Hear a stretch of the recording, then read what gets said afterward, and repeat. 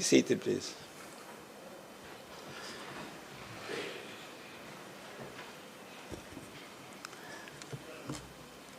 Call to order the sitting of this Honorable Senate for Friday, January 23, 2026. And I extend a warm welcome to all members of the Senate on both sides, and the administrative staff of the Senate, and our visitors who are here. I extend a warm welcome to you. This is the first sitting of the Senate since the beginning of this new year in 2026.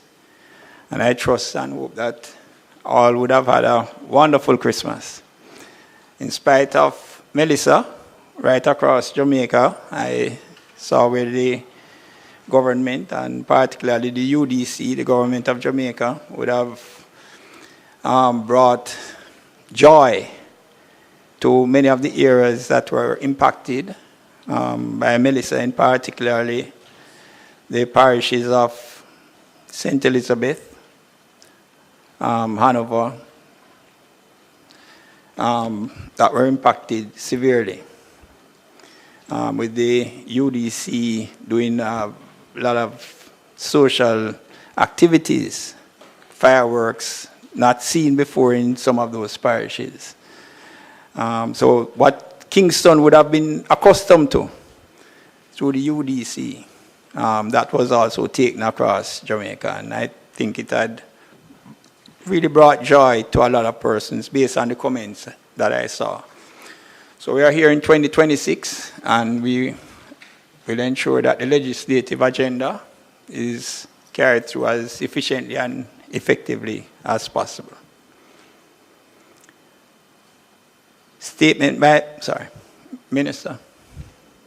Thank you. Good morning, Mr. President. If I might be allowed to add my words of welcome once more to colleagues returning from the Christmas recess, and of course to all the supporting teams present, our Hansard teams, all the members of the parliamentary staff, Mr. Marshall, Deputy Clerk, acting and supporting teams, and our orderlies, to thank everyone for their continued support in advance for the remainder of this legislative year, and also to express the hope that not only did you get a good and regenerative rest over the Christmas, I myself charged myself with responsibility to sleep as much as humanly possible. Didn't achieve my full goals, but it was a taxing year for many of us, and I do hope that you all managed to take the rest required and to spend time with family, so that we return this morning re-energized and ready to reaffirm our commitment to pursuing the constitutional duties that we have as members of this honorable chamber. Mr. President, I want to also wish everyone peaceful, prosperous, healthy, and productive year ahead, and to look forward to a collaborative energy and spirit to be brought to the work ahead of us. That is, of course, always with the people of Jamaica in our hearts and at the forefront of our minds. I wish to also ask, Mr. President, just for your leave this morning, to allow me to be able to recommit bills taken from the House and the notices of motion given orally when I return, because I do need to ask your indulgence to exit. I'm going to do the impossible and be in two places at one time this morning. I leave, of course, for the continued performance of the House, the first statement by Minister Hill and the second statement by Minister Morris Dixon, whereafter, of course, we will proceed with the act to amend the JAMPRO bill and the other item for the under the trade portfolio, the industry and investment portfolio, whereafter we will, of course, take the matters which I just referenced for recommittal. So again, thank everyone in advance for their cooperation, wishing everyone not only a good morning, welcoming our guests, who I'm sure will be welcomed more formally shortly, and hoping for a good and productive collaborative first day back in this Senate. Thank you, Mr. President. Thank you, Minister. Senator Lambert Brown. To speak from a chair other than mine. Permission. Yeah. I'm going to surprise you, Minister. I'm going to echo all that you have said. So we want to start the new year with consensus and unanimity. I don't know if we're going to be able to do that for the rest of the year. I want to start by saying I have nothing more to add to what you have said. Senator Scott Motley would normally be here. He's also engaging in an activity of newness, as I believe is the president, in that some people are being called to the bar today, and the president is involved, and so is Senator Scott Motley. And that's the only reason why, Senator Gale, I'm in this chair. One day, Busha, but this is going to be less than a day. Less than a day. So we echo what the minister said, and we thank you. And I hope, Minister, if I can just disagree with you, that we will meet more often so that our colleagues don't feel, who are new, don't feel, why is the Senate not meeting? But I know there's a packed legislative agenda, and we look forward to working in the best interest of the people of Jamaica. Thank you. All right, thank you, Senator Brown. And as you have said, you have also indicated the reason for the absence of the substantive president, as well as I received an apology from Senator Rosemary Bennett Cooper, who is traveling on government business.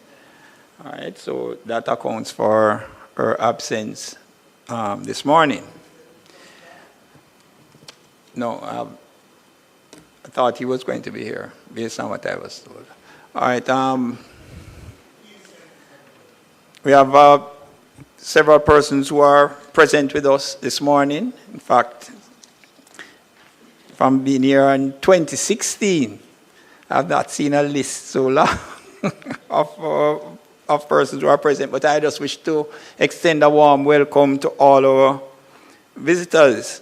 And when I look at the list I have before me, and having regard to what was expressed by the leader of government business, indicating that there will be a statement from the minister with responsibility for education, I can understand why this list is as it is.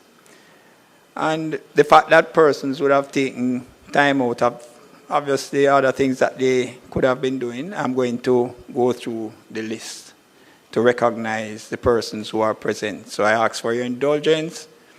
Today we have with us Dr. Kassan Troop, Permanent Secretary from the Ministry of Education, Ms. Terrian Thomas Gale, Chief Education Officer, Mrs. Latoya Harris Gartney, Executive Director, National Education Trust, Mr. Kerry Brown, Director, Technical Services Unit, Mrs. Vivian Johnson, the Deputy Chief Education Officer, Dr. Caroline Deslandes, Executive Director, Early Childhood Commission, and other persons from the Ministry, Communications Manager, and the photographer. We have to recognize those are the persons that get out the information. Other stakeholders, and they are seated in the gallery. Mr. Mohammed,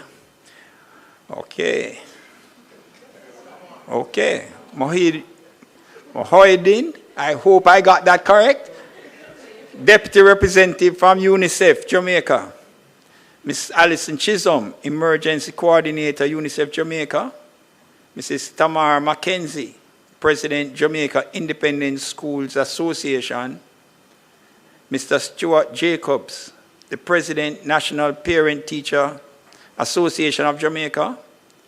Mrs. Mitzi Harris Dillon, immediate past President of the National Parent Teachers Association of Jamaica, as well as from that organization, Mrs. Ava Bigney Edmond, Vice President, Finance and Administration.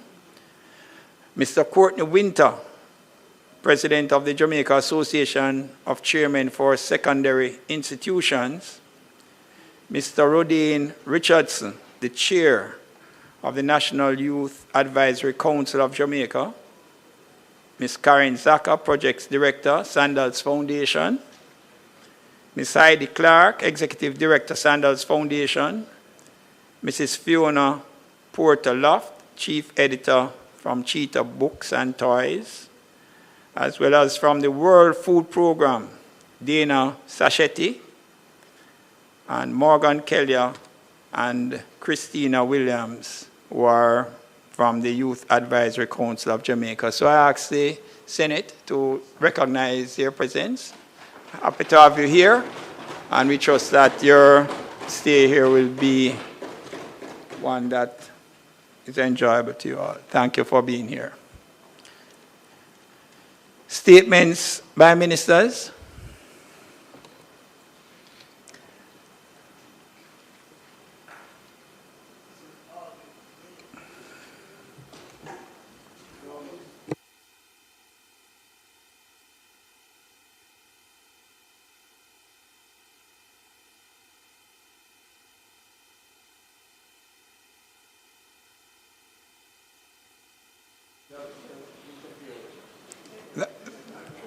Senator, Minister of Industry and Investment and Commerce, Minister Hill. Mr. President, it's good to be back in the Senate. Happy New Year to all my colleagues. And we've had a very eventful last part of the year, part of which is why I'm going to make a statement this morning. Mr. President, on January 16, 2026,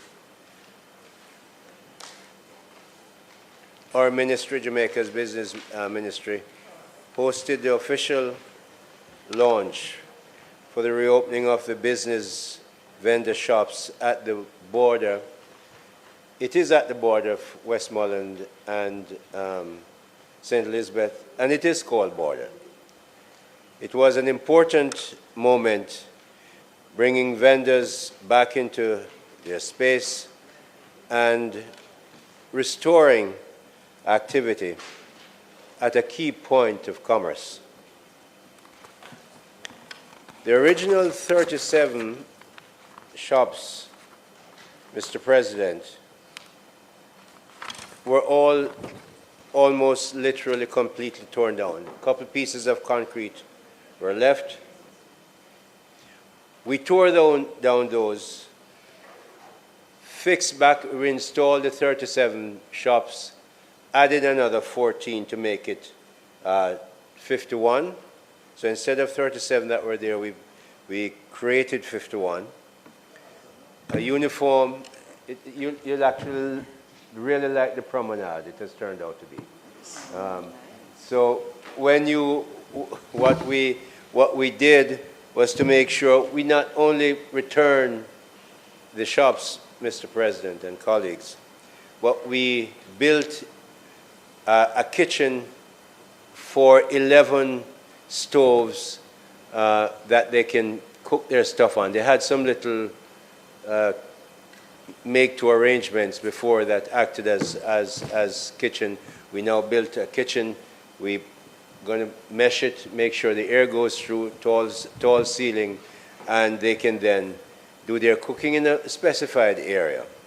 We're also building a gazebo where if you go there to buy whatever they sell, and that's from fish and lobster, shrimp, corrugate, and other stuff across the road where it's private business. People have now decided that the shops look so good, they're adding their businesses. They'll hear a little bit about that later. But we also, we are building a gazebo so that if you stop there and you want a place to eat, you go and eat there. Generally, many people after eating say, oh, I should take some of this home for the people who are at home. But you don't do that if you buy the food, take it in the car, off you go, and then there's no buying afterwards. So we're looking that that kind of arrangement can increase the business. A new generator was provided to a vendor who has a business across the street, not in the same promenade as the shops, but across the street, which is private property. The shops are, of course, on government property. A private entrepreneur has upgraded the pay and use bathroom facilities across the street because he's so pleased with what has happened at the vendor shops. He had this place there that people used to pay $100 to use. We said to him, look, you're going to have to improve this. And I set him up with JBDC. He didn't wait for JBDC. Once we got to about 25 of the new shops, Mr. President, he decided that business is good for him. He expanded, upgraded his facilities, and of course, his business is thriving. But other people who he rented the place to, one of the ladies there didn't have a generator. We gave her a generator because we give generators as well, as I'll mention in a little while. The roof of the vendors' shops are reinforced with hurricane straps. Sanitation stations for hands and pot washing have been installed. Concrete pavements have been laid in which the shops have been installed in the concrete to strengthen the stalls. When you went there, you could shake the stuff. Now we put them in the concrete, they're firm, and we put hurricane straps to hold the roof on. And of course, the wind will go through. The strap, they should be strong unless, of course, you have another really major climatic event. A revetment border made of stones will be built in a short time to shield the shops and general area from rough seas. Because the sea is right there, we make sure we put a revetment wall. That's going up. Contractors will be putting it in so that it's a place where you will have a measure of safety from the seawater. Mr. President, I'm pleased to confirm again, we've announced before that Sean Paul and his team were at the border region around the same time we were there. When we got there, Sean had already given some zinc and board to people who operate at border. When we got there, though, and outlined what we're going to do, in that we're going to rebuild all the shops and add some more, they said to us, can we take home the material that Sean Paul given us? Said we have no, right now, and this is early days, right after the hurricane, we have tarpaulin, the wind blow it up, we're going to take this zinc at home, use the board to fix, and we say, yeah, go ahead and do it because we're going to give you the new shop. So Sean helped a great deal in that effort, and especially in the homes of the vendors. The Prime Minister, Dr. the Most Honorable Andrew Holness, delivered the keynote address at the launch ceremony on the 16th. I shared remarks, and we also heard from the Honorable Floyd Green, who is the Member of Parliament for that southwest area of St. Elizabeth, and of course is also the Minister of Agriculture, Fisheries and Mining. And it was a very good time indeed. Miss Samara South of Jerry and Nephew and Miss Monica Baker, who is one of the vendors there, they spoke on behalf of the shop owners. Jerry and Nephew, Mr. President, our leading partner for the renovation, carried out the rebranding and beautification of the vendor shops, ensuring that these businesses function, and they spent millions of dollars to make sure the signs are done well. You know, I have a video here. Is my? Are we ready to run the video? I don't get in there. Is it ready to roll? I'd just like to take a break here and show you where we're coming from and where we are. If the video, I think it has been loaded, but I'm sure it will come in time.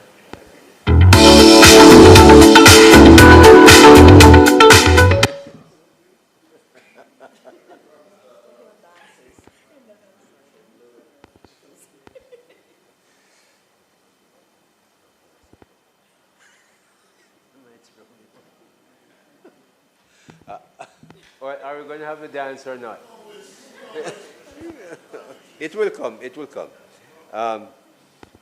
So Jerry and Nephew spent quite a few $1 million to put up the branding. That's part of it. Spirited moment that your granny used on your mole.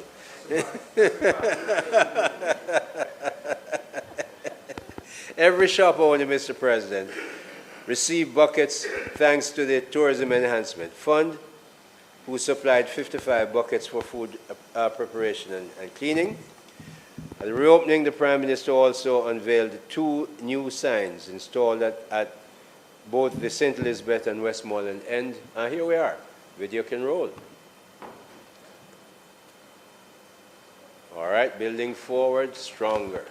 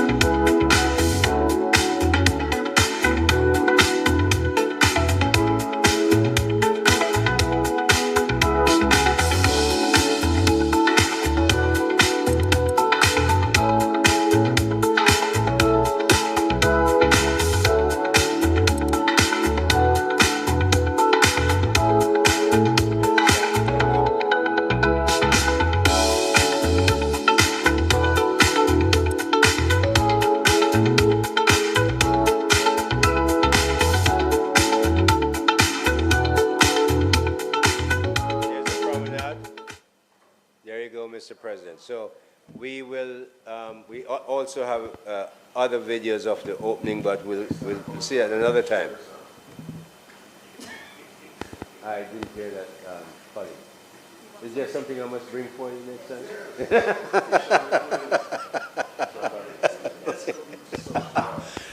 Mr. President, we have done all this work and provision to help about 70 vendors.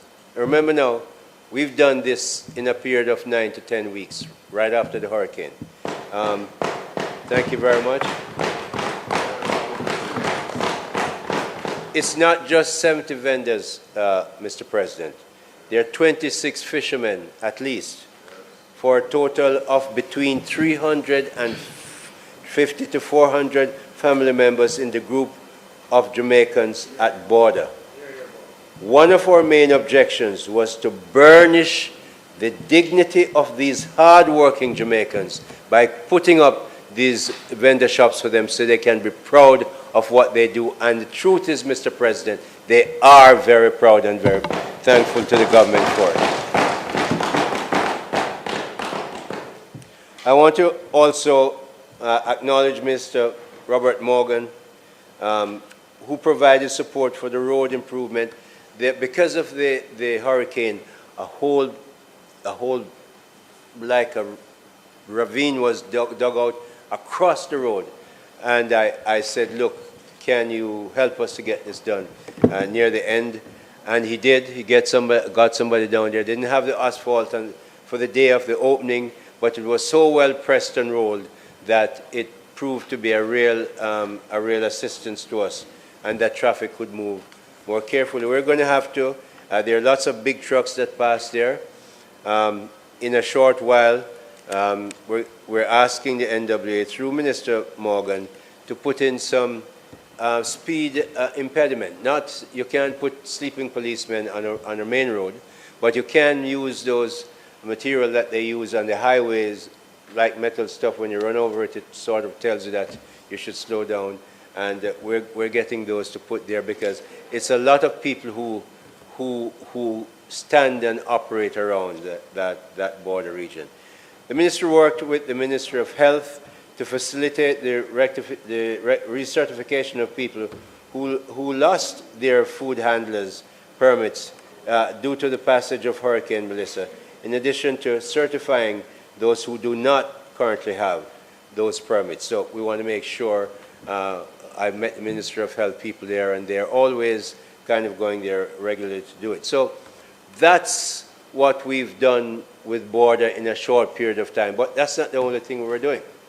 As you know, Mr. President, I have been around the 7 parishes, the ones that are most affected by the hurricane, at the mandate of the Prime Minister, who said, okay, Ministry of Industry, Investment and Commerce, you go out there, you get businesses back up. We have people looking after houses, Mr. Charles and his group. We have people looking after agriculture, Minister Green, people looking after health and so on. But we must get businesses back up because that's how the communities work. And you've seen me out there in St. James, Mr. President, and in the process, the ministry also put in we bought 40 generators. And since we've given them out, Mr. President, we've had about 6 or 7 returned to us because the agreement is that, and I want to make this very clear for the record, Prime Minister in Cabinet was very, very clear. He said, look, Minister Hill, you cannot use ODPEM generators or anything that ODPEM has. What ODPEM has is for the Jamaican people to be handled by the Jamaican government. We cannot give what the gifts that have been given by whoever our friends are who have been given, local and foreign, and give it to private businesses. These are private businesses that are in there to make money. So what we had to do in the ministry is go through the procurement process, buy the generators from local suppliers under a procurement arrangement, and then we have an agreement with them that they sign, and we give that each one a generator, and the agreement is a couple of days after the JPS brings back the power, we go and take back the generator, give it to somebody else who needs it. So that has been a rolling arrangement, and it has worked quite well, and we've helped many communities. The ministry, through the Business Restoration Working Group, will continue to give the generators and loan. That program will continue, and key businesses in the 7 parishes will get help. We're looking, and Senator Keith Duncan, has been working very closely with the ministry. Minister Marks was on that committee, but she is so very busy with speed and doing a lot of things. So Senator Duncan has been really working with the permanent secretary of the ministry and other technical people in the ministry to put out a voucher that will be giving effectively grants to people in business. We're not giving grants to houses. We do business. So, but we have to make sure we get it right. Luckily, we don't have to recreate the wheel because some of what was used in the COVID program, Senator Duncan and lots of people who work with him have been making the adjustments to make this work because we have to have an audit trail. This is taxpayers' money. We have to make sure if it's given as a grant, it's somebody who deserves it, and like we did with the generator.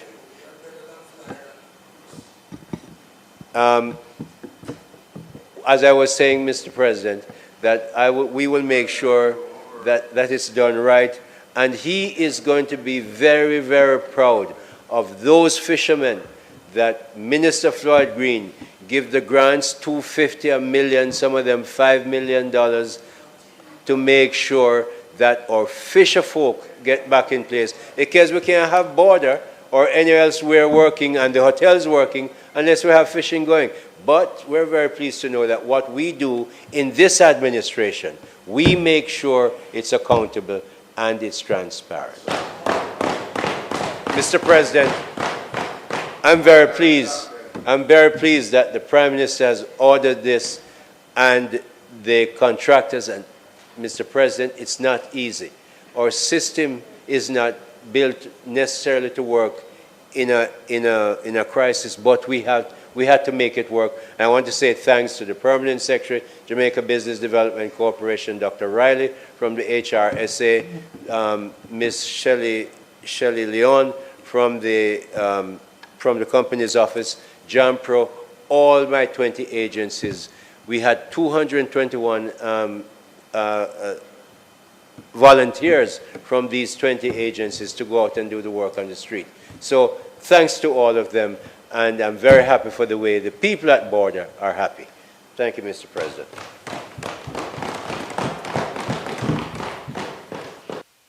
All right, thank you very much, Mr. Hill.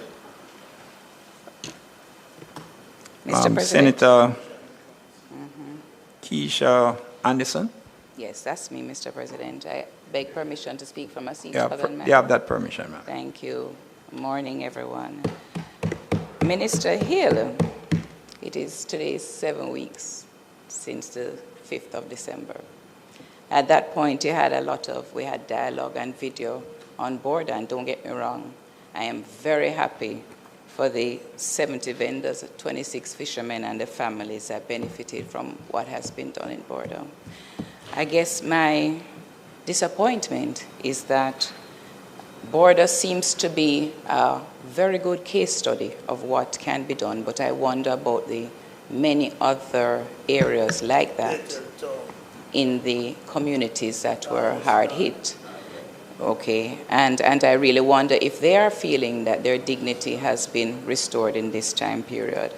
And if I look wider, I think of the MSMEs as a whole across the communities that were hard hit.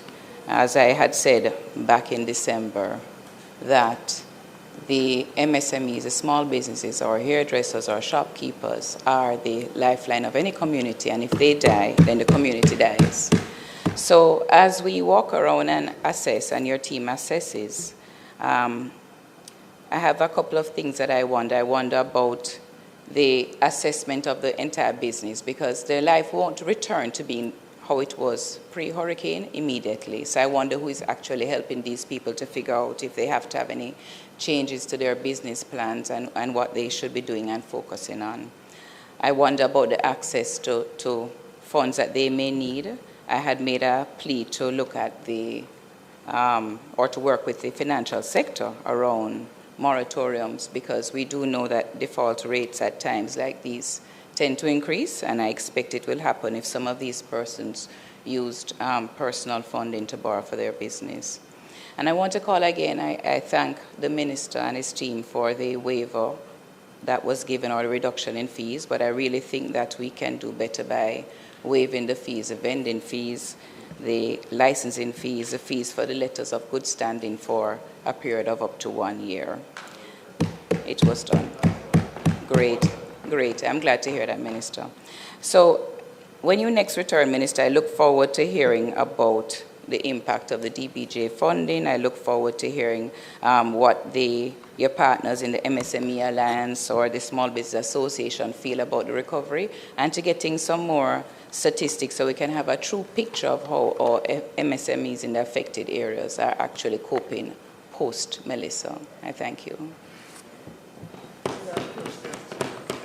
Thank you, Senator Anderson. Senator Lambert Brown. That's fine. I have my spoiler. Get ready for that. Minister, in your statement, I think you must be aware that I was disappointed that the statement was so short, but then you filled it out. In the statement on page 2, I didn't trigger you. I'm used to you making a lengthy statement. But let's get to the question. You said that a revetment, a stone facility will be made to protect the shops and the general areas from the rough sea. And I'm asking you if there's a timeline for this to be completed. And that question is against the background of in 2007 or thereabout, Minister Tufton, then Minister of Agriculture, and MP. An MP, that's what I'm asking you. An MP went to the area and promised the vendors at border, and I'm happy that they're getting all of these benefits. I'm happy that they're being restored, because I'm a regular purchaser. Even when I don't go down there, I ask people to buy things from them for me, right? So I really am happy for the restoration. But I want to know, given the previous promise of uniform, etc., an improvement, when this promise about the protection from the seas will be implemented, because I'm into implementation, not just mere promises. I note on page 2, well, this is formerly page 2, that was page 1, that you said the Prime Minister was there, Minister Fly Green. But part of the reason why it's named border is that it borders southwest St. Elizabeth and eastern Westmoreland. And in the national recovery, it's important that we show a bipartisan approach, a national rather than a my administration approach. And so I want to ask, was the Member of Parliament for Eastern Westmoreland and the spokesperson for the opposition on agriculture, Dr. Dayton Campbell, invited to this function? Because one would believe that, given that the international community is looking to see whether we're treating this as a national thing and a bipartisan thing, and permit me, Mr. President, to just mention, I see some race driver in the Philippines supporting Jamaica on his car and so forth. So we have goodwill.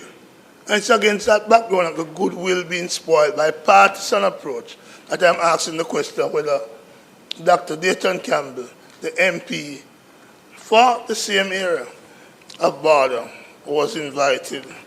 And then you end with another promise.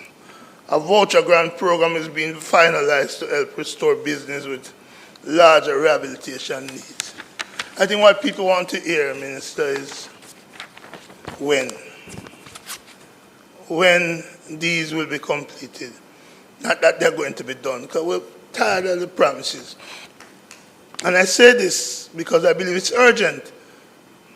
Senator Duncan will agree with me that the Chamber of Commerce recent business confidence survey wasn't the result we wanted. It was negative relative to the previous quarter. And so we need to provide the confidence to the Jamaican people by not just making general and vague promises, but to indicate timelines so people can hold us together. And I want to commend you if what you said is true about transparency and auditing and accountability, because the truth be told, you just accused me of being wicked, but the reports of the Auditor General is saying otherwise about your government. May it please you. Thank you, Senator Brown. Senator Hill, Minister Hill, you want to respond or you want to take the other questions? Okay, go ahead. Respond for me, please. Welcome, Mr. President, and good morning. Good to see you again.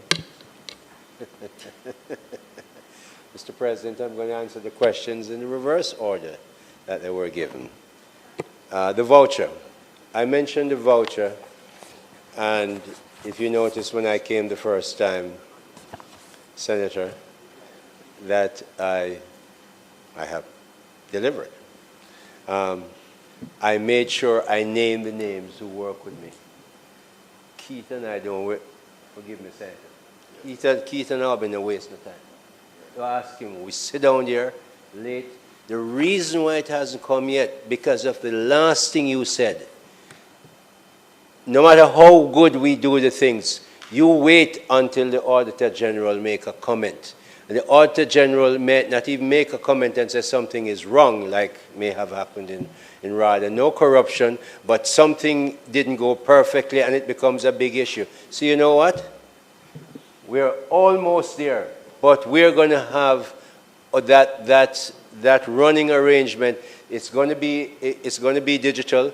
For the most part, the payments will be, so there'll be an audit trail for those who understand what that means in accounting, that you can follow it anywhere you go. Because if we do it well, Mr. President, we get the money out there, you hear how we corrupt and we never do the right thing and we give away the money and we give it to our friends. None of that. It's going to be done.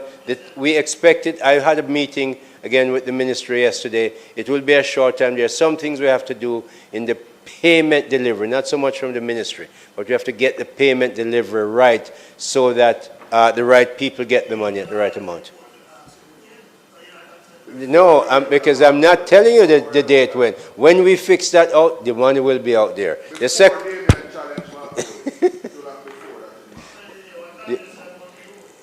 Yeah, Mr. President, the second question related to Eastern Westmoreland, and I'm so glad that he walked into that area, because I made sure myself that the invitation was sent to MP and opposition spokesman in agriculture for the Eastern Westmoreland, Dr. Damien, not Damien, the same one, Dr. Campbell. It was sent. It so happened that clearly had something else to do. No, it reached. No. I checked. So, because I know somebody like you would ask me. So, I want to tell you, Senator Brown, that the first constituency we went to after the hurricane was South St. James. MP Nikisha, your spokesperson, Burchell. And she actually was very gracious. We went there. We delivered a generator in the night, must be about 8 o'clock, to a restaurant. And she was there. We delivered one of our bigger generators to the restaurant. And so off we go. So no. We're not, in case you aren't aware, the election is over. This is about Jamaica Inc. We're running Jamaica. Thank you very much, Minister. The next question. The next question was about the revetment, Mr. President. Revetment, instead of getting concrete, about what?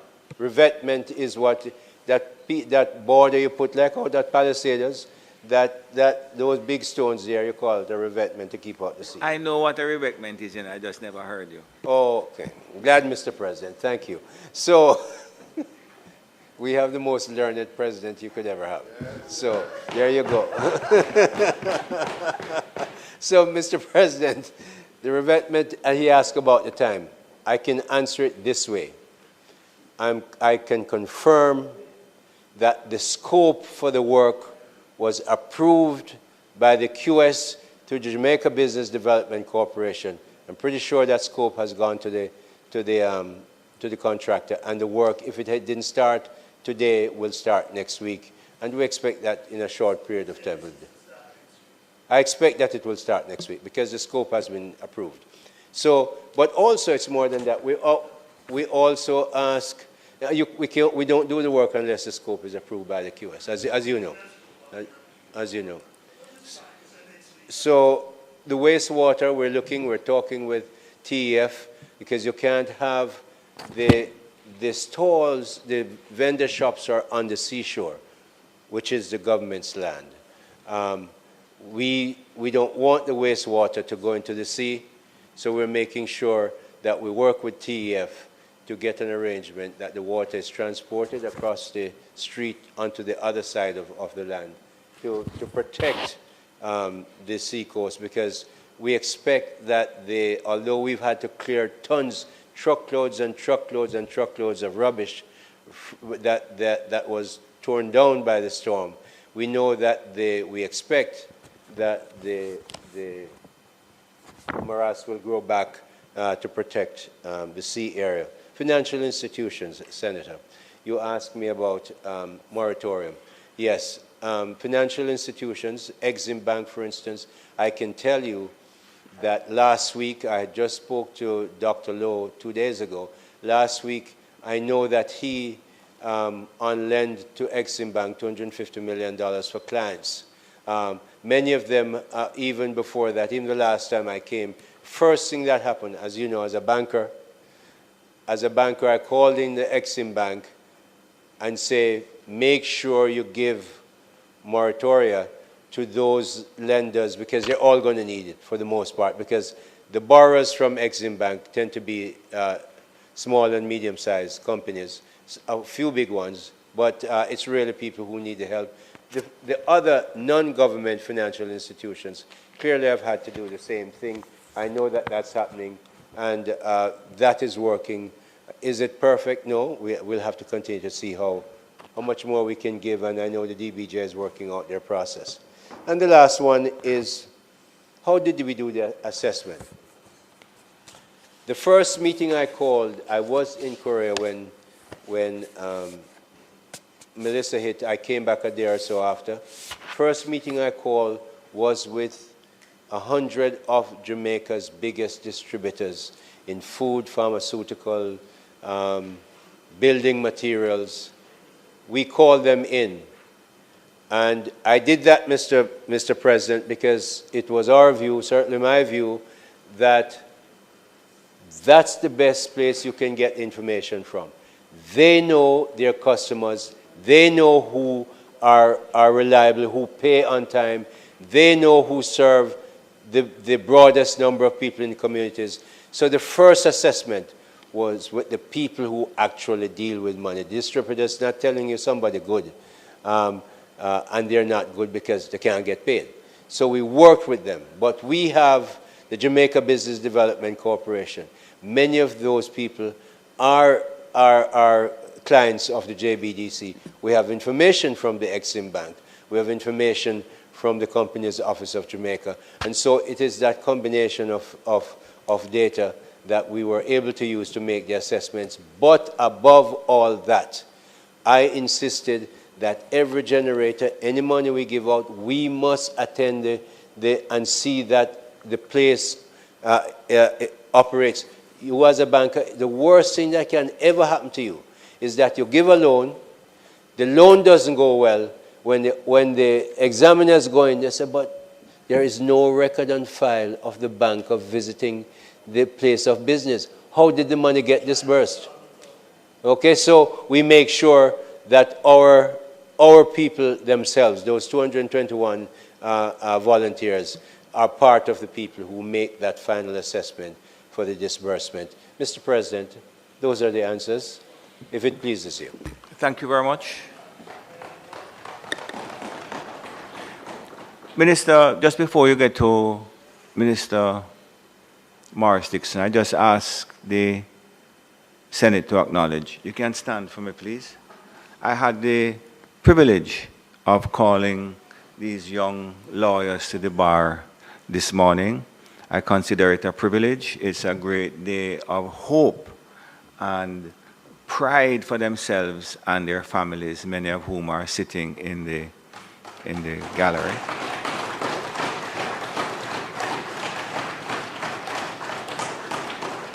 So we welcome them to the legal profession, and I use the President's privilege to invite them to the chamber. So thank you for acknowledging them.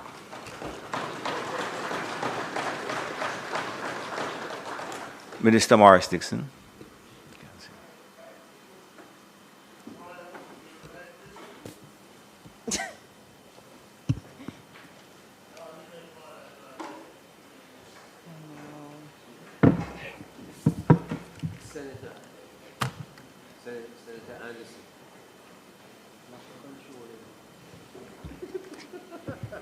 Mr. President, colleagues,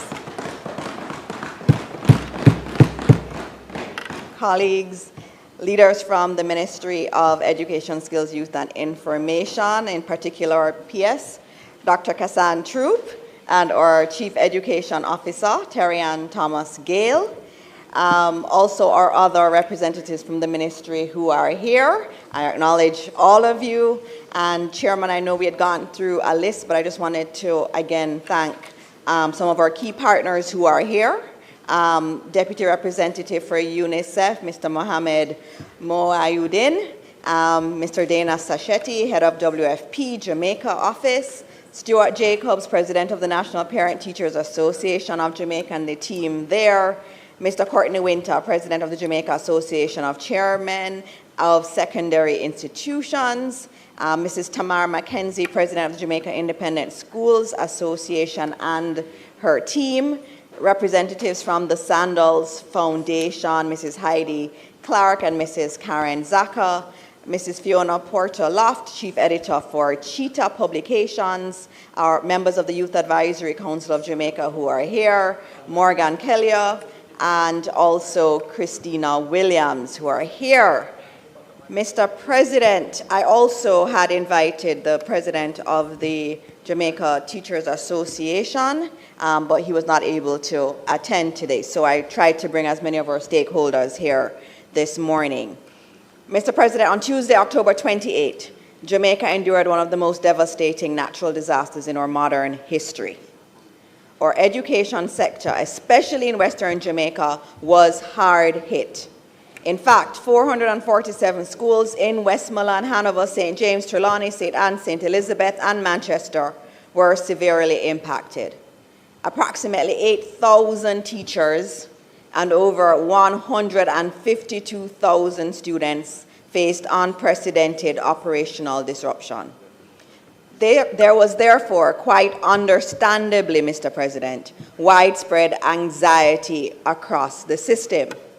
But Mr. President, thanks to the strong leadership in our education sector from our teachers and administrators at the school level, to our teams in the region, to our technocrats in the central ministry, we all pulled off a historic turnaround. And that's worthy of clapping. Our stakeholders responded with urgency, with creativity, and with a sterling commitment to the golden principle that education must continue despite any challenges that we may face. No matter the adverse circumstances, education must continue. When schools stop, learning losses accelerate. Child nutrition and welfare support can be disrupted. The ability of parents to work is affected. For many of our most vulnerable children, learning is their only opportunity to realize their full potential. That is why the recovery of the education system was treated as a national priority by this administration from day one. And that focus, Mr. President, has delivered tangible results.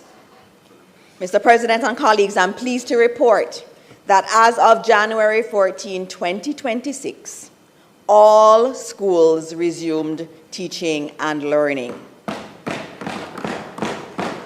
And Mr. President, I'll say it again for clarity.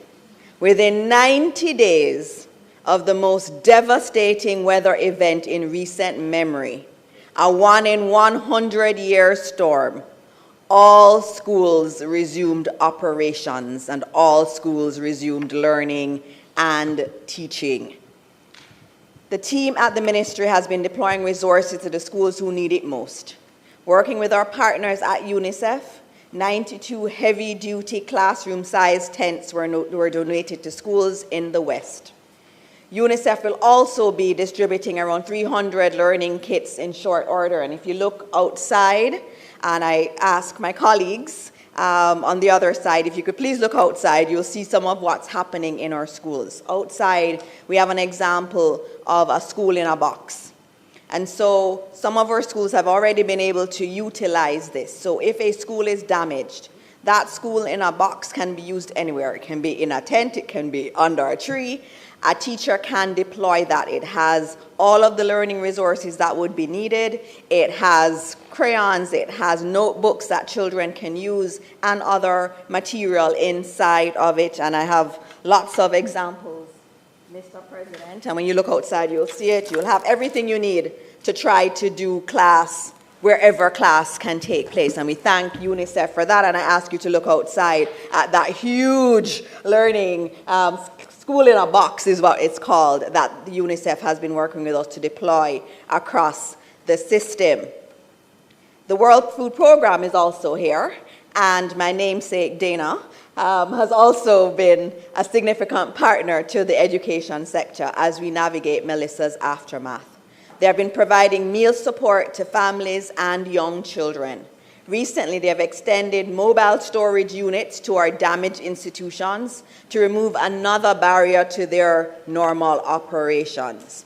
And as I speak, the World Food Program has a technical team on the ground engaging with vulnerable communities and schools to identify priority institutions and assess the feasibility of restarting and strengthening the school feeding program using emergency food solutions. And as a part of the work with the World Food Program, we're working with the Ministry of Agriculture to look at how we can expand the number of school farms and greenhouses and how we can make those more resilient going forward, because we are not just thinking about the physical structure, we're also looking at nutrition. And we feel that as we build in resilience, it's important that our school farms and greenhouses are also resilient. And so I thank the World Food Program for their support in that. In terms of hard educational resources, over 9,542 pieces of furniture have been procured by the ministry and are being delivered to outfit the newly repaired and reopened classrooms. Mr. President, in some schools, after the hurricane, there was so much damage to the furniture. For example, there was mold on some of the pieces of furniture, and we had to throw those out. We can't use them again. And so we've had to procure some additional furniture, and schools have been sending in their requests. And so 125 schools have benefited from these deliveries, and I'm happy that I was able to witness one of these deliveries when I visited a Kampong primary a few weeks ago. I saw the relief and renewed confidence it brought to the staff and students firsthand. I know the impact of these deliveries. Harry Watch Primary in Manchester, Top Hill Primary in St. Elizabeth, Mile Gully Primary in Manchester, Alderton Primary and Infant in St. Anne, St. Christopher School for the Deaf in St. Anne, Hague Primary in Trelawney, Herbert Morrison Technical High School in St. James, Howard Cook Primary in St. James, and K Valley Primary in Hanover are examples of schools that have benefited. Anyone who asks, they get it. Minister Wheatley and the team at the Office of the Prime Minister have also been providing hundreds of STEAM toys to schools in the West. Over 1,400 toys were handed over during Christmas and into the new year. And this has truly been an all-of-government effort, Mr. President. The OPM is supporting play-based learning, creativity, problem-solving, and early exposure to science, technology, engineering, the arts, and mathematics, even as communities recover. And we feel, Mr. President, that it's important, and we've been emphasizing play as a part of dealing with the psychosocial trauma for the children. But in order for us to deal with that trauma, it's nice to have dollies, but it's even better to have science toys. And so this partnership with OPM, we very much welcome, and the children are very happy to receive it. Mr. President, the NWC and JPS have also been working with us to prioritize schools for utility restoration. Each week, the JPS does a meeting with the ministry and team, and through those meetings, the JPS has been able to identify the schools on the path and the route that they are now restoring and have prioritized our schools. And so I thank the JPS, and I also thank the NWC for all of that work that they have done. Our schools cannot open without water especially, and electricity also assists us tremendously. Mr. President, I'm most proud of our learning kits, and those are outside, and I really ask everybody to look at what's out there. So you have workbooks like this, Mr. President. Graphic artists and copywriters from across the ministry and our agencies work night and day to develop these amazing learning kits. And we want to thank them. It's been hard because our children are not in school. And so we've had to be able to, while they were out, give them work that they could do. But now that they're back, it's not perfect. All schools are operational, but not all of them have been repaired. And so some schools are on a shift system. You have students coming in some days and not others. And so these learning kits are absolutely important for them to take home, and you'll see in them sections for the parents, work that they can do on their own so that learning doesn't stop, even if they are not at school on a particular day. And so as of today, Mr. President, 4,500 modified curriculum guides, approximately 34,000 literacy and numeracy preparatory material, and over 43,000 learning workbooks are being distributed to students and teachers. We're targeting key transition years and examination cohorts so that students can consolidate foundational skills and stay on track despite the disruption. In terms of grants, Mr. President, I would have noted in my last statement that the government had approved cleanup grants to our public institutions. So in addition to physical resources, $616 million was made available to public schools through the Rapid Resumption Grant. The grant facility continues to provide upfront cleanup support, ranging from $300,000 to $1 million based on the severity of the impact. You need the school to not have debris on it. Even if it's not fully fixed and children are coming to school, we cannot have debris there. And so we've used those funds, given them to the schools, and the schools use it to clear the debris, and they can also use it for sanitation, restoration of utilities, and other essential amenities that they may need.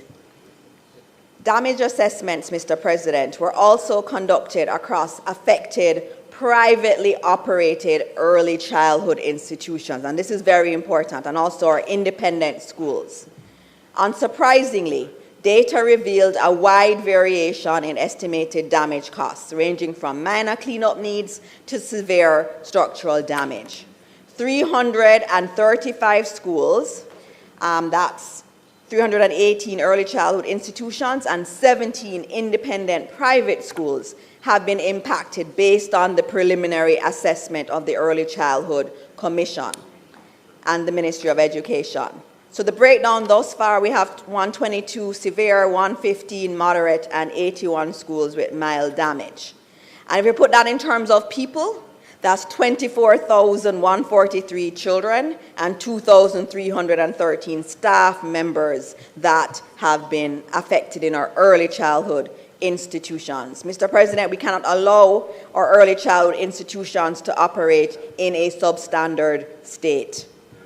Neuroscience and developmental studies are clear. The early years are when the brain is most adaptable. Our institutions are therefore an important pillar of that early development during these critical years.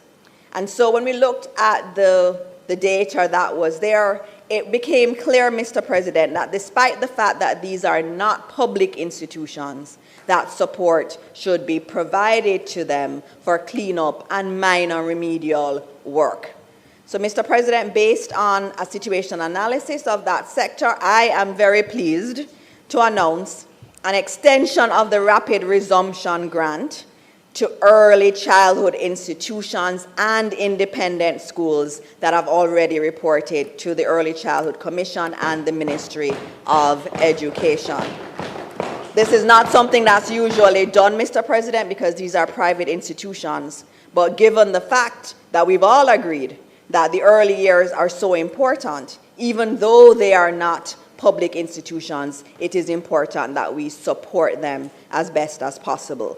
And so, Mr. President, cleanup grants will be provided to these institutions based on the severity of impact, and of course, we can work through with them if we may need to give more. We will be going from 80,000 to 120,000 per institution to help them with cleanup, and based on preliminary assessments, we are expected to disburse approximately 31 million in grants in the first tranche, and additional funding can be made available to early childhood institutions should the need expand. And these grants, these grants are in addition to credit facilities that are now being offered through the Development Bank of Jamaica. And the Independent Schools Association is working with the DBJ for those private institutions so that they can be able to move that forward. Reconstruction of schools. Mr. President, the reconstruction of our schools demands that we move with speed and urgency. Every day a classroom is out of service is a day of learning that cannot be improved. Among our priority 1 schools, and those are the most severely damaged, work is actively underway at 56 schools. Contractors are mobilizing to commence works at another 98 schools. The remaining schools are at varying stages of the procurement process. And Mr. President, I want to thank and commend the team at NET led by Mrs. Garty and also Carrie Brown, who is in the ministry. They've been working really hard to mobilize these contractors so that they can get to work. Mr. President, between Minister Crawford, Senator Morgan, and myself, we have visited many of the impacted schools. He's very important to the ministry. I choose schools. Mr. President, I choose schools that are rural and as much as possible are not popular institutions. So I try not to go to the name brand schools, and I know NET knows that. When I ask them for a list of schools, they'll say, Minister don't want any that is popular. So we're trying to go to those who really need the assistance and to see what's happening there, Mr. President. And what we have found, name brand, what we have found was extraordinary. You would see a school without a roof in the before photos, but when you visit, you see a new roof. Yes. There was a specific case. There was a specific case, Mr. President, that I found quite memorable. There's a small school in the interior of Westmoreland called Carmel Primary and Infant, and the journey there was something. I remember the team saying it's just 2 minutes away, and 20 minutes later, I was not there. But, and I will note, before Senator Brown asked me, I did invite the MP, Dr. Dayton Campbell, to come with me, but he was not able to join me. All right? So, I did do it. But when you get to Carmel Primary, I found it very jarring, and you would too. You have this beautiful church up on a hill, but the church is in ruins. You can see it right there on the video. That church, beautiful church, destroyed. But then right next door, you see Carmel Primary School, repaired, ready, opened. Students in class, happy, engaged, and most importantly, learning. I want to use this opportunity, Mr. President, to place on parliamentary record my sincere appreciation to our contractors and partners on the ground. I visited schools both before and after the Christmas break, and I saw firsthand teams working steadily and with purpose. In several locations, work continued through the holidays, including on Christmas Day and New Year's Day, so that classrooms, sanitation facilities, roofing, electrical systems, and other critical infrastructure could be ready for the start of our new term. My appreciation also extends to our suppliers. Mr. President, you know that during the Christmas, a lot of our suppliers, especially of steel and other building equipment that we need, they go on break. And I was able to call some of these suppliers, and they agreed to stay open during the Christmas so that contractors could get supplies. And so, Mr. President, that is what national service looks like in real time. Where we are today is the result of an all of Jamaica effort. public servants, school leaders, contractors, suppliers, communities, and partners are all pulling in the same direction to put students back in safe, functional learning spaces as quickly as possible. At the same time, as I said in my last statement, we're not simply rebuilding, we're building much stronger. Based on initial feedback from the World Bank, our infrastructure standards are being further strengthened to improve quality, durability, and resilience in the face of future shocks. The donor community and their generous contributions are also very appreciated, Mr. President. We have several donors working with the National Education Trust as we speak. 2 of them have joined us today, Sandals Foundation and Cheetah. Cheetah, which stands for Connect to Higher Education, Electronic Tools Application, and Help, donated 1,620 PEP books to our schools. Another donor, and thank you, Cheetah. Another donor, the Sandals Foundation, is currently rebuilding King's Primary and Infant and Culloden Primary and Infant in Westmoreland. So thank you to Sandals Foundation for that. And as we thank them, allow me to shamelessly plug and ask for the education system. Marsh Primary, Mayfield Primary and Infant, Hopewell High, Green Pond High, and Little London High are among the primary beneficiaries of the 2026 Sagicor Sigma Run. And so, please sign up and donate to support Senator Brown. You and I, we can run together. Yes. Join me. Yes. Join me in running for the West on February 15, 2026. The target for 2026, wouldn't it be nice? The target for 2026 is $150 million. Let's best that.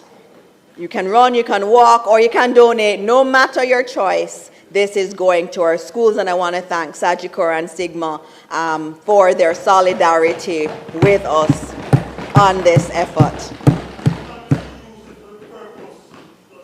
Well, we are not getting any of the funds. Sandals will be repairing the schools. And in fact, since you asked without asking, the Sagicor group is actually starting the work even before the run. So we need to make the money. They're already in the schools starting the work. Another thing, Mr. President, that I would like to discuss is upcoming examinations. Mr. President, examinations were a major early source of anxiety. We recognize that stress trigger quickly and open the lines of dialogue with all education stakeholders. What we have arrived at is an exemplar of consensus. I'll now provide some of that information. So we've changed PEP, Mr. President. The dates have been provided to our senators so you can be a part of telling everybody that it's okay. We're going to be fine. At grade 6, we've made some changes. We are going to have less exams, and the exams will start later. We don't want to put our children in the West at a disadvantage, and that's why we've made these changes, and we believe that they are good changes. We also have made some changes at the grade 5 level, again, making them later and contracting what we're doing. At grade 4, we will only do the literacy and numeracy tests. PEP will operate a little different this sitting, so we've de-emphasized non-essential areas and shifted priority to core competencies.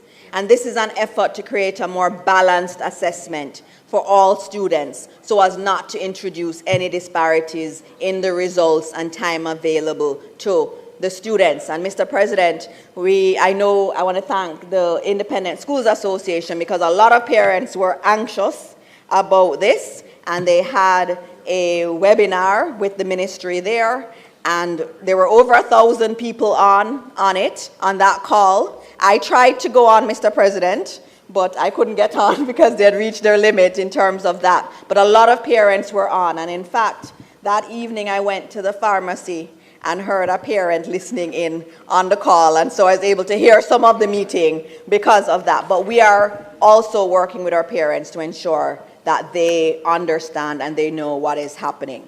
Mr. President, even in the midst of managing the fallout of a Category 5 weather system, we must always keep our eyes on how we can move the needle and improve education standards. And starting in the 2026 sitting, we will introduce for the first time literacy and numeracy components to the grade 6 PEP.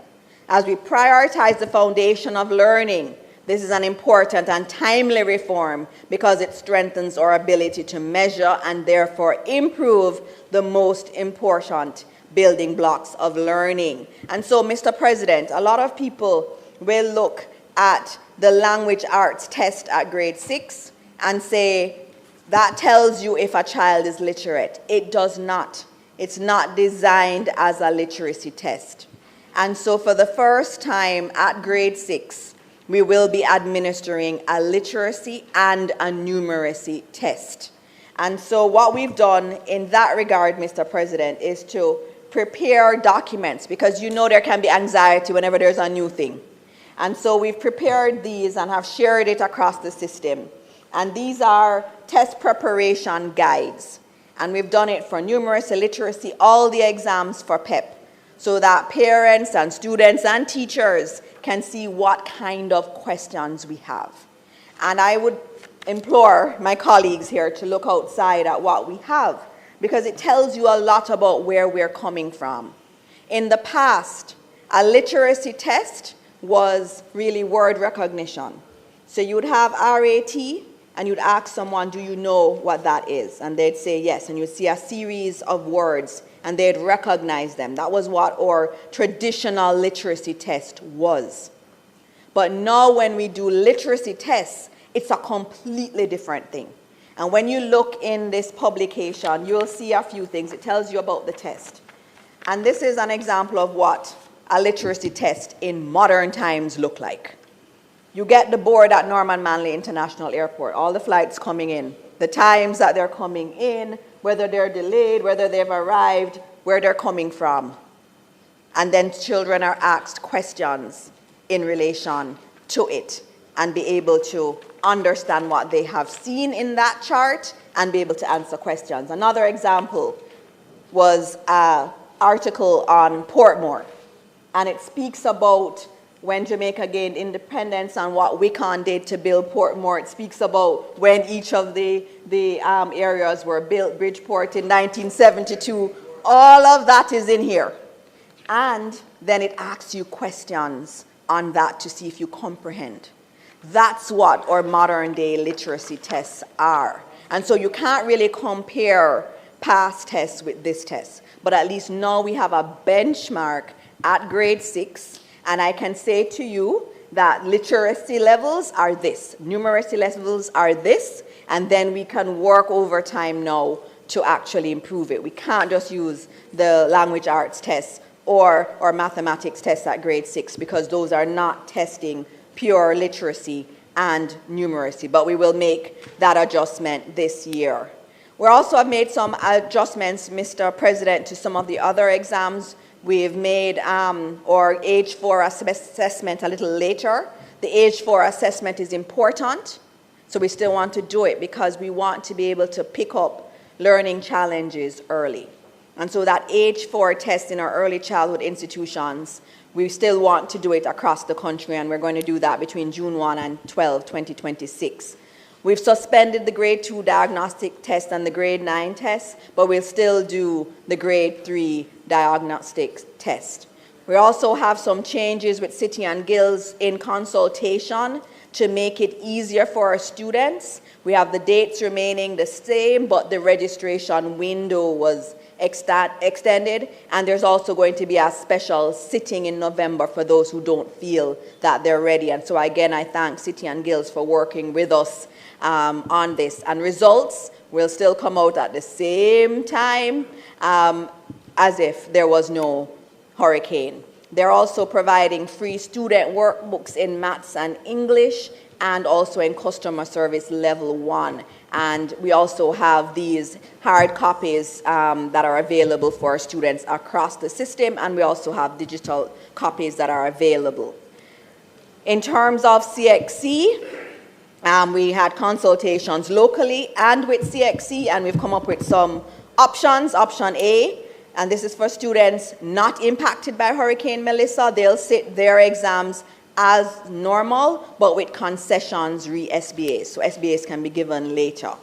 There are also an exemption for late fees and deferrals if required. Option B is a modified approach for schools in the affected parishes. And under option B, students will sit paper 1, which is the multiple choice paper, only with their SBA concession. And this will benefit, they'll also benefit from late fee exemptions and deferrals if they need it. But what's interesting, our schools in the West can determine whether they want to use option A or option B. And what makes me happy as minister is to hear my principals say, my students need no concessions. They are doing the full exam because they are ready. And so I thank those principals, and these are our schools in the West, that are saying our students, despite this, we have done the work with them, we're doing work with them after school and on weekends, and they'll be ready to do the full exam. I'm very, very happy, and I am very happy that our teachers have been able to do that. In terms of those who need extensions, there are no late fees that will be charged. And I should also note, Mr. President, that the OEC is giving quite a bit of concession to our students across the system. Mr. President, I now move on to something in relation to skills very quickly. Despite several HART NSTA trust training facilities and administrative offices sustaining extensive damage leading to major disruption of operations and service delivery, the trust must keep fulfilling its mandate. The construction industry is one of our economy's most robust drivers of growth. Before the hurricane, we were pushing up on the limits of our readily available labor pool. As a result of Melissa's impact, demand for trade labor will skyrocket, and we're seeing it already. It's been hard to get the laborers to do the work for schools. To bring the market into equilibrium, HART will rapidly ramp up training in the trade and construction areas. And the first component of this policy push, Mr. President, has already started to take shape. Last week, I unveiled the Building Resilience and Inspiring Development Through Guided Experience, BRIDGE, initiative at an event at the Jamaica Society for the Blind. The goal of BRIDGE is to create real pathways into work for our young people while accelerating recovery in communities most severely impacted by Hurricane Melissa. Mr. President, the BRIDGE initiative will engage at the start 200 unemployed youth ages 18 to 25 drawn from St. Elizabeth, Westmoreland, St. James, and Hanover. We will equip them with practical, marketable construction skills through supervised on-site work experience. The best way to learn construction is on the site. And so they'll be on active reconstruction projects while we provide them with a stipend of $65,000 per month. So they're learning, we give them the stipend, and they're helping to rebuild the West. Participants will be trained and supported by HART certified instructors and will gain hands-on exposure in priority skills areas that are immediately relevant to rebuilding homes, schools, and critical community infrastructure. There will also be an element of international exposure because the participants will benefit from visiting technical expertise and structured partnership with countries including Rwanda, Ghana, Ethiopia, and Guyana. And so we find that to be another added element of our work. Mr. President, I'll quickly just say something on Youth Month, which was in November. Mr. President, we had to revamp our plans for Youth Month 2025 in light of changing circumstances post-Melissa. In direct response to Hurricane Melissa, we pivoted away from the scheduled activities and decided to focus our young people on volunteerism. And so the new theme was Youth Can Rebuild Jamaica. The theme deliberately positioned young people as a central agent in Jamaica's rebuilding effort. We targeted 17 communities in the West, roughly 400 youth volunteers drawn from core youth governance bodies, including the Youth Advisory Council of Jamaica, the National Youth Council of Jamaica, the National Youth Parliament of Jamaica, the Jamaica Union of Tertiary Students, National Secondary Students Council, and Jamaica Prefects Association. We also had trainees from Hart NSTA participating. Mr. President, it's important that we don't just give our children book knowledge, but we also teach them civic pride.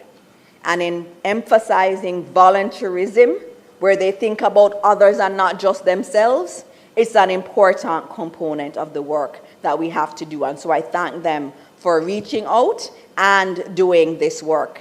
We also took the opportunity to conduct a youth impact assessment while we visited affected communities, Mr. President.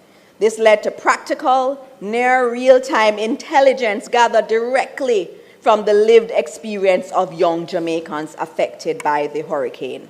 And this rich trove of data has become policy inputs. It helped us at the ministry to narrow down priority needs, understand the ways in which the storm is disrupting education, training, employment, and household stability, and to capture the concerns and suggestions of young people as we rebuild. I want to commend Minister Crawford for her leadership in coordinating these activities, and I also commend all the volunteers who gave their time, their energy, and their compassion.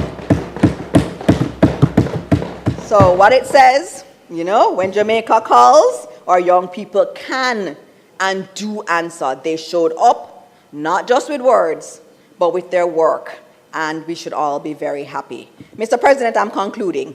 In closing, let me return to first principles. Education is not merely a sector. We're protecting the future of Jamaica by prioritizing the recovery of our education system. When a storm disrupts schooling, it threatens learning, opportunity, household stability, and national productivity all at once. We must respond strongly and with alacrity once these challenges arise. And that is why this administration's response has been decisive, swift, and coordinated.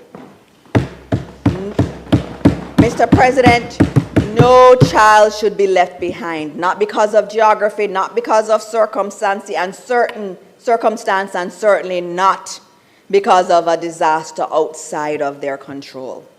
What we have achieved in the aftermath of Hurricane Melissa is a testament to Jamaican capacity when we act with unity and purpose. In 90 days, Mr. President, I say it again, teaching and learning resumed across the system. And I say that, Mr. President, because I've been looking at the research of other schools. I looked at, for example, after Hurricane Katrina in New Orleans. Those children went back to school 1 year after.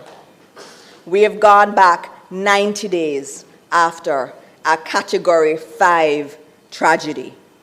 Mr. President, we have to put on the record that this administration has done well.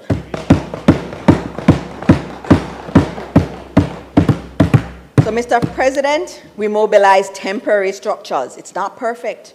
We have the temporary structures. We've mobilized furniture, learning kits, utility support, psychosocial support, and financial resources to keep schools open and students engaged. We reprioritized exams in line with our stakeholders' positions. Mr. President, the road ahead will require continued discipline and continued partnership. The schools aren't fully rebuilt. We have a lot of work to do during this year. But I thank our teachers, principals, school boards, our regional teams and central technocrats, our contractors and suppliers, our donors and international partners, and the public servants across government who have kept the system moving. Mr. President, I also thank parents and students for their patience and determination. Jamaica did not choose this storm, but we're choosing our response. and our response is to rebuild stronger, recover faster, and protect learning as a national priority. Immanuel Kant once said that it is through education that all good in the world arises. And colleagues, I would like to add our flavor to that quote. Mr. President, it is through education that Jamaica's best days will be achieved. And this administration is committed to that. Mr. President, may it please you. Thank you, Minister Morris Dixon. Senator Tame, 15 minutes with your presentation, please. 15.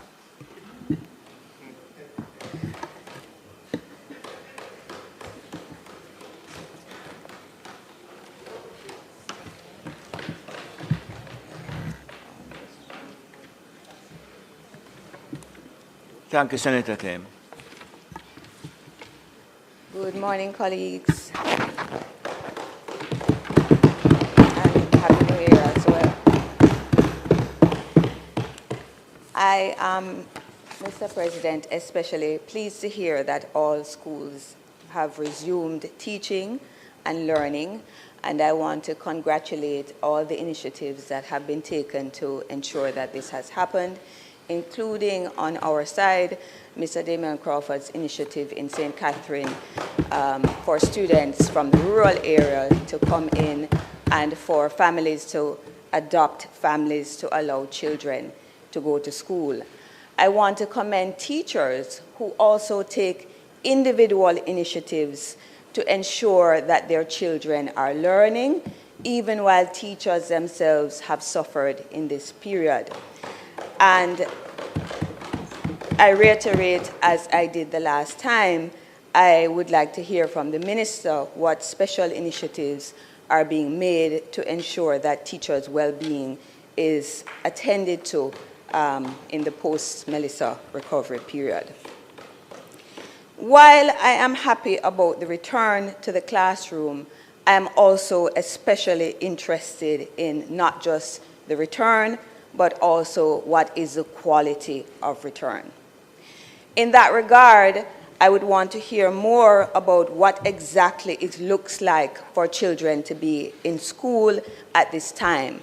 When should we expect that they have roofs over their heads, that they have water, that they have electricity, and that the conditions are more ideal? And in addition to that, what exactly do the conditions look like on the ground? We have heard that some schools are in rotational form, and it begs the question, what is it that is driving the rotation, and what are the specific needs of those schools at this time? I'm also concerned with the quality of education in general. We did not just emerge upon crises in education in Melissa. We have long-standing concerns about the quality of education, including as it relates to literacy in our population. And I note the Minister's emphasis on testing at grade 6, or introducing testing at grade 6 for literacy. In our system, we have learned our children learn to read up to grade 3, and then they read to learn thereafter.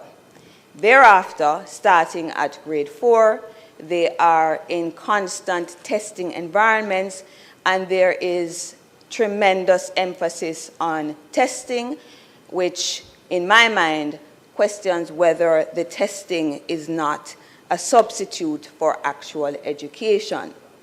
In that regard, I raise questions about what it is that is intended to be achieved when a test is introduced for literacy at grade 6, when early childhood learning is a time at which students' literacy should most be impressed upon them, especially in an environment such as this, where language differences exist, where we are operating in a two-language system, and where awareness of that language is critical to the prospects for improving literacy. is the expectation that it is at the secondary level that the children will be catching up and improving their reading and comprehension at that stage. Certainly, we all know that the secondary school system is meant to prepare students for the world of work, and if they are spending those years catching up, it begs questions about what is the quality of education at the primary level. In addition to this, I am concerned about what we are learning from the data that the ministry is receiving about how our students as well as our teachers have experienced Melissa and its aftermath. At the last sitting where the minister gave us an update, I recommended a collaboration with the Ministry of Culture that would deal with the questions of trauma and put in place a national program of repair incorporating the arts and measures like storytelling and such. You have reiterated today that the arts is deployed in the psychosocial therapy that is being conducted within the schools, and therefore I would like to know, or for you to advise us, what are we learning about the mental health of our children and our teachers, and how exactly are we helping them to recover in that sense? We are all concerned with where education is going, and Melissa has certainly put a spoke in the experiences of schools and of rural communities in particular, but I would hope that in this process we are also beginning to focus on what is needed within our education system. I see here where there is an emphasis or a change in the emphasis on what will be examined in the PEP examinations, where you are saying that non-essentials are going to be removed and that core is now being centered. What exactly are these non-essentials? Why were they included in the first place? And what does it mean that we can now focus on core? We'd like to know what is core, what is expected from this attention to core, what does it mean in the bigger picture of the quality of education that is being offered in Jamaica. In the future sessions of the Senate, I expect that we will be having debates about what the quality of education is, what education should look like, what is the ethos of education in the society, and how we imagine that we will use the education to build the kind of society that we would all want to live in, including values like respect for each other, respect for our cultural background, our history, and how we can create new knowledges to make us a society that is ready for climate disaster, ready for innovation, ready for creating a Jamaica where people actually want to live. Thank you.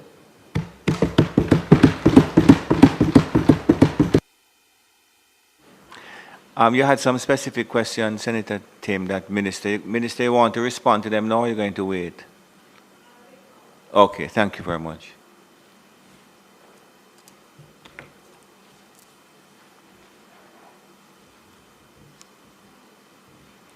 Senator Anderson, you are in your seat, or you are? I am not. I sought permission earlier. Okay, good. But I've moved again, so should I seek permission again? You don't need it again. You have my permission. All right. All right. Thank you, Senator Tim. Senator Anderson. Sure. Thank you. Thank you, House Leader. Minister, thank you so much for such a comprehensive report. It gave us good insight. I had 3 questions. I note you spoke about World Food Program and them helping to assess to restart the school feeding program. I wondered if there was a timeline for them to be ceasing their services and to find out if the program that will be restarted through school feeding will also incorporate families, because I'm assuming that not all the families immediately will be returned to normalcy. The Bridge Initiative, I note you named a definite number of youth, 200 to start. I wondered how they were selected.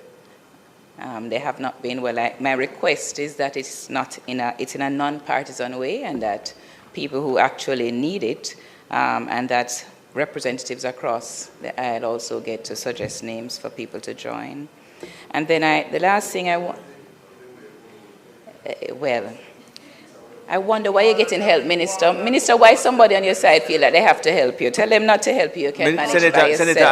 Senator Anderson, you just stick to your script. You're good. All right. And then lastly, Minister, I know that Senator Thames spoke about the assessment for teachers, but I really want to put the question back on record, because I know that several of our teachers are actually suffering. Just now I got a message on my phone from a teacher in Hanover who actually lives on the school property, and the flat, the roof is gone, but she's been told to put the roof back on and school starts back next week for her. So, I really don't know how we're helping the teachers themselves, and I'd like to really hear what the plan is for assessing and determining how best the state can help them. Thank you. Thank you, Senator Anderson.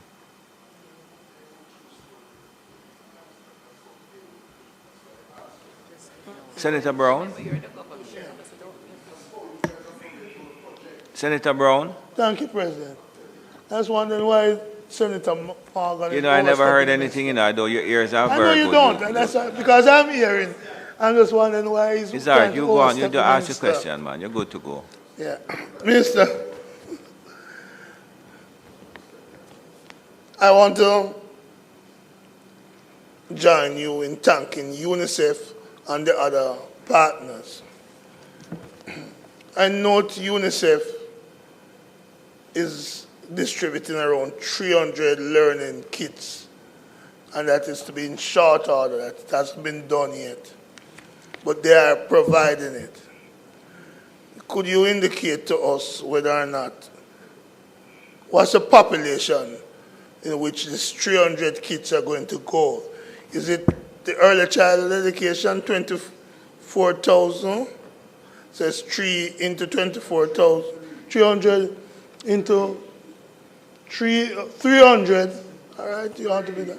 People understand.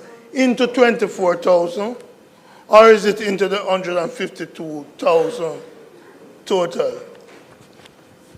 We also want to know whether or not the government is invested. If you see the value of these kits, if you are investing in acquiring from the source that UNICEF has acquired sufficient kits to fill out the gap, large gap that is left when we get this 300 from UNICEF.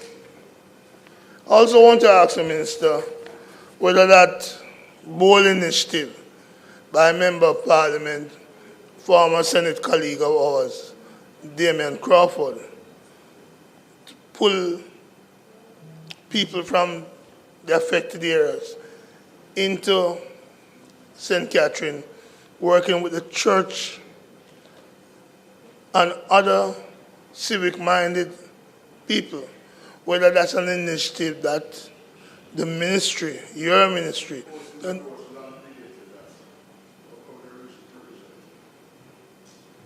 is he finished? Does the gas run out of you? Yeah. So, yeah, as the gas run out of you. So the question,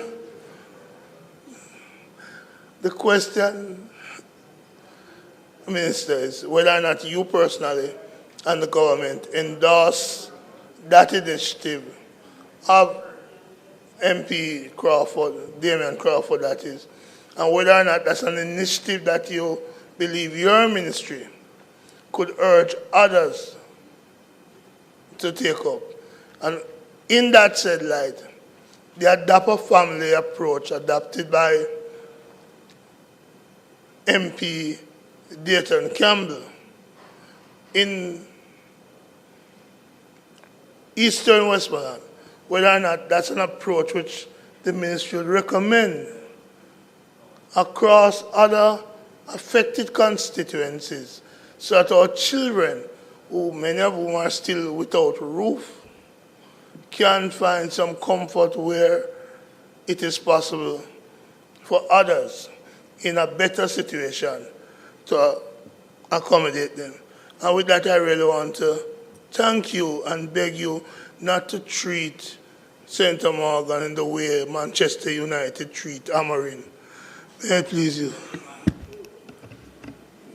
You really want to know? Senator Brown, you know, I was so distracted, I thought you had at least another half hour. Anybody else to say, ask any? Minister, you want to respond there?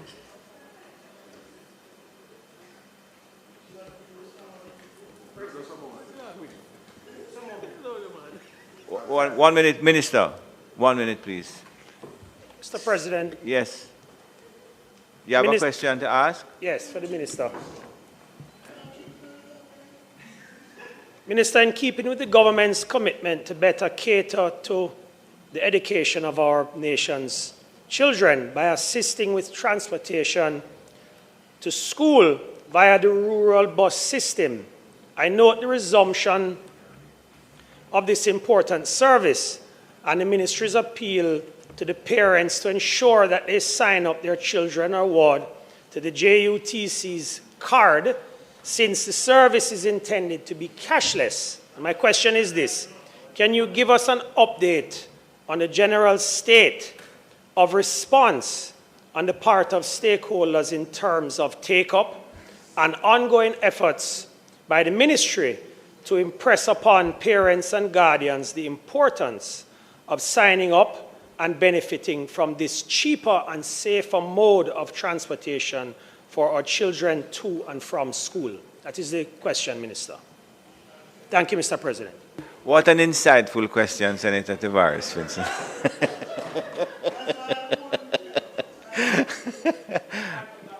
Minister, you know that, Senator Brown, you know that he refers to you as his godfather for some inexplicable reason, you know. Yeah, go ahead. Not, well, you, my nephew. Senator Ferguson, you wanted to say something after? You wanted, you? Go ahead, sir. They never expected you, so you didn't get the extension on your microphone.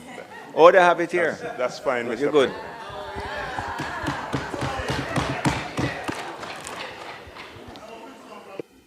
Thank you, Mr. President. Minister, very comprehensive report.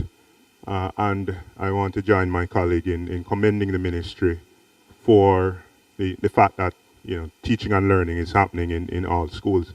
So a lot has been said about the reopening of schools, but I wondered, Minister, is there any data available re-attendance at schools in the post-Melissa period, and how that compares to what the baseline would have been prior to Melissa? The second question is, naturally I'm anticipating that there's a difference in attendance, right, particularly in the most affected parishes. What are the specific initiatives that the ministry is pursuing in relation to improving attendance numbers, and what kind of targets have been set, re-attendance, and over what time? Thank you. Thank you, Senator Ferguson. Senator Brown? Okay, thank you. Minister?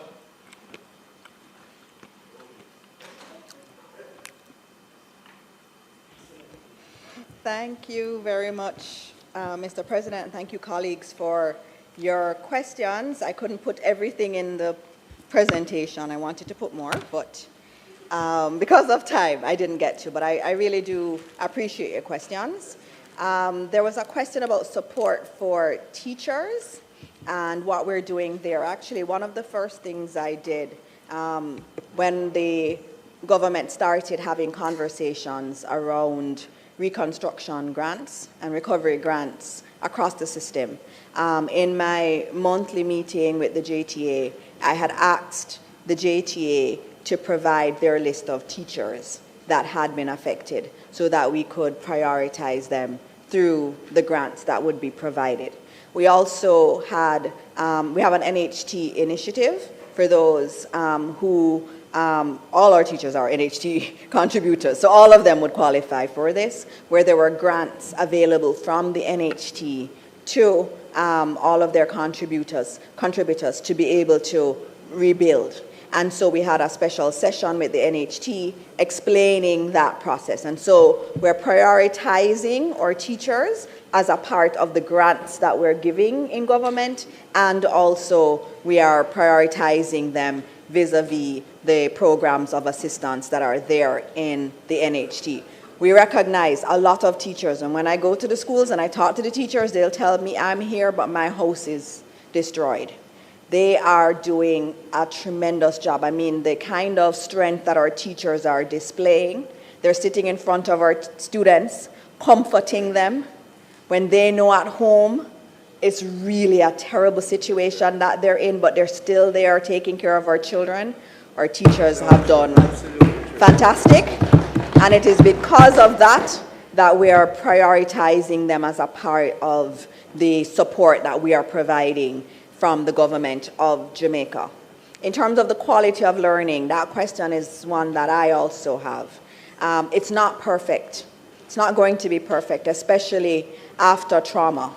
And so a lot of emphasis has been placed on trauma and actually being able to treat with the trauma that has been experienced by our teachers and by our students. So on that question, and I know there are some questions that dealt there, so we have a comprehensive program of psychosocial support across the ministry. And some of it is virtual, and some of it is face-to-face. And so our guidance counseling team has been supported by 36 private clinicians across the island. So we have a program in the ministry where we pay private psychologists and psychiatrists.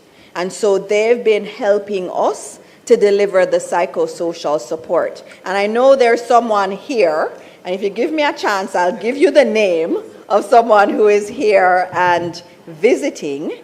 And I'll give you that soon. And it's Maya Yairi, who is here from Israel, and she's here with her group. And she's been doing some of the psychosocial work in addition to these. So we have our guidance counselors, we have our local Jamaican psychologists and psychiatrists, we even have some counselors from churches that have been deployed across the system, and then we have international partners like Early Starters that's been working with us. And so in total, the total I have is 2,086 psychosocial sessions have been facilitated across the system, and we've reached 167 regional staff members, over 4,000 teachers, and over 50,000 students have been reached in these sessions. That's a lot of people that have been reached. We've also made it a priority to also include the parents, because sometimes with trauma, when you're hit with trauma, your children are going through the trauma, you're going through the trauma, it can be overwhelming.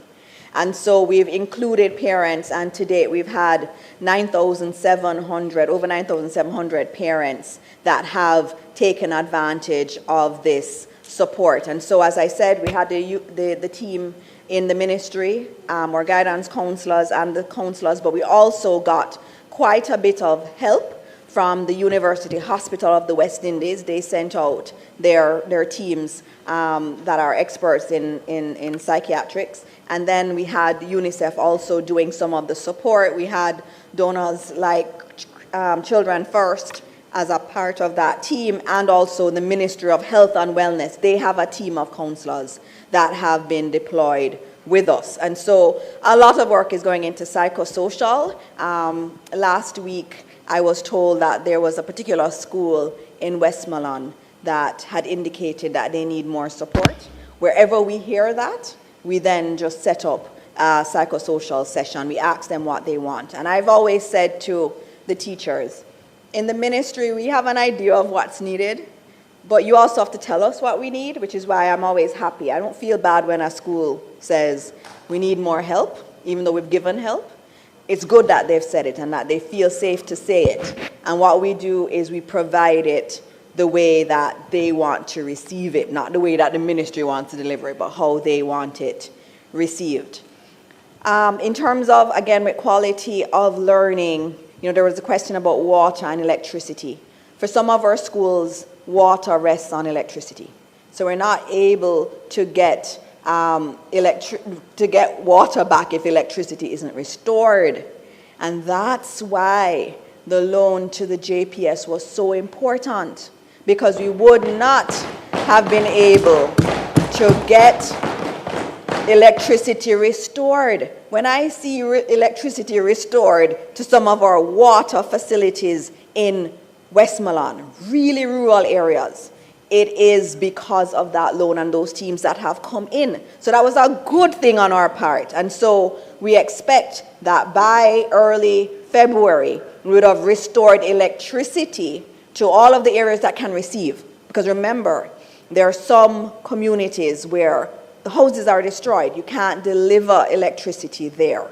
But what we've been doing is ensuring that the schools are ready to receive. Even if the rest of the community isn't fully ready to receive electricity, that the schools are ready. And so our schools fall into the timelines that have been given by JPS, which is in February to have electricity restored. On the rotational issue, it's not the best. I want rotations ended as quickly as possible. What we have in terms of different schools, we have different levels of damage. Some schools, you can fix it quickly. Others, it takes long. So our estimate is, for some schools, it's 6 months of work. And we have to work around the children at school. We can't not do the work, and we can't not have them at school. So in some instances, it's slower, because we have to do the work at night and on weekends. In other instances too, we have to be doing it better. So not putting on the zinc back, but slabbing the roof. Those things take a little bit longer. And so some schools up to 6 months, some 18 months. Because some schools is almost like a total rebuild. But what we've been doing is, where a school is repaired, and they had tents, for example,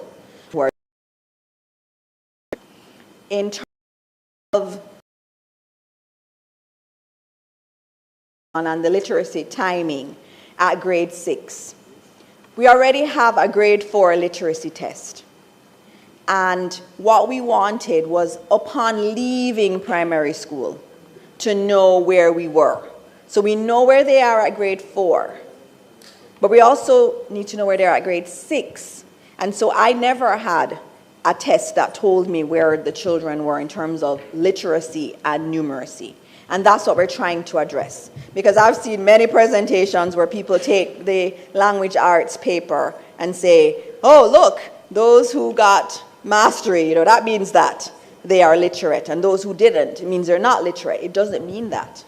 The language arts test is testing knowledge of the curriculum, not literacy and numeracy. And so this is something that has been discussed for some time, and we're finally making it happen. There's a question about the mental health of our teachers and students, and that is a concerning thing. There is a lot of trauma there, and a lot of, you're seeing the signs of it, and not all of it comes to the fore right away. Sometimes it takes months for that trauma to materialize and to show. And so this work we're doing with the psychosocial work is not a one-off. It has to be done throughout the entire academic year and probably going forward. And so we're very aware of that. And so our systems that we have now with the psychosocial support, those continue. And even in terms of our expert that's visiting with us, she's been training the teachers. We've been doing a lot of training of teachers so that they can see the issues, and the guidance counselors, and also know how to respond, and then to be able to refer on. There was expressive arts therapy. is very important as a part of this. Dance and music is actually an articulated element of the psychosocial support. Our children love to sing and dance. And so the cultural dimension is actually one of the best ways for us to treat with psychosocial trauma.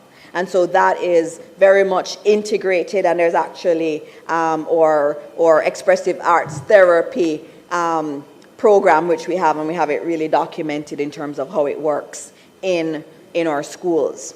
Looking at the next question, ethos of education, and a debate around that. That's true. We need to look at what is education, what are we teaching our children, what does it mean?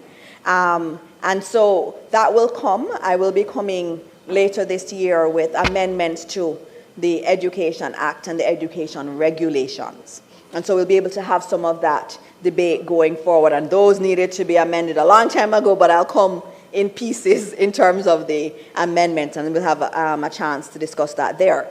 But in terms of who we want our people to be, in my presentation I would have talked about volunteerism, which is important, having them feel that there's something bigger than them, that this Jamaica project that we have includes them, is really important. And that's why in 2023, under Minister Favour Williams, we reintroduced civics into the schools. So civics is taught in schools now, and it's a priority because we understand that they have to have that sense of self and understand what it means to be a Jamaican and what it means to be more than just about your personal goals. And so civics is being taught, and that's one of the ways to address where my Senate colleague had started the conversation on. In terms of the World Food Program, they've been a partner for a long time.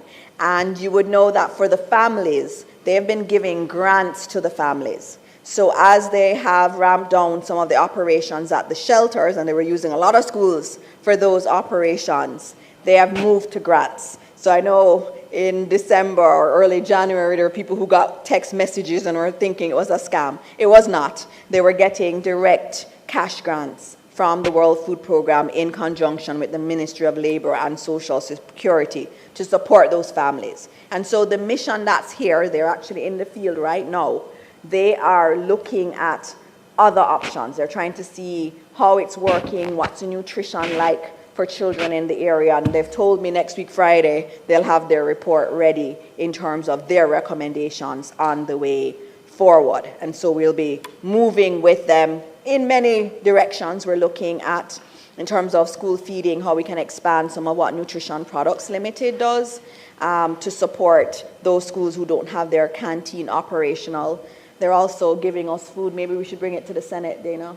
They have some new solutions that are used globally. Obviously, we're not going to give our children food that we don't want to eat. And so we've been testing it in the ministry to see the extent to which we are okay with it. And if we're okay, maybe the children will be okay. But they're also testing with the children also.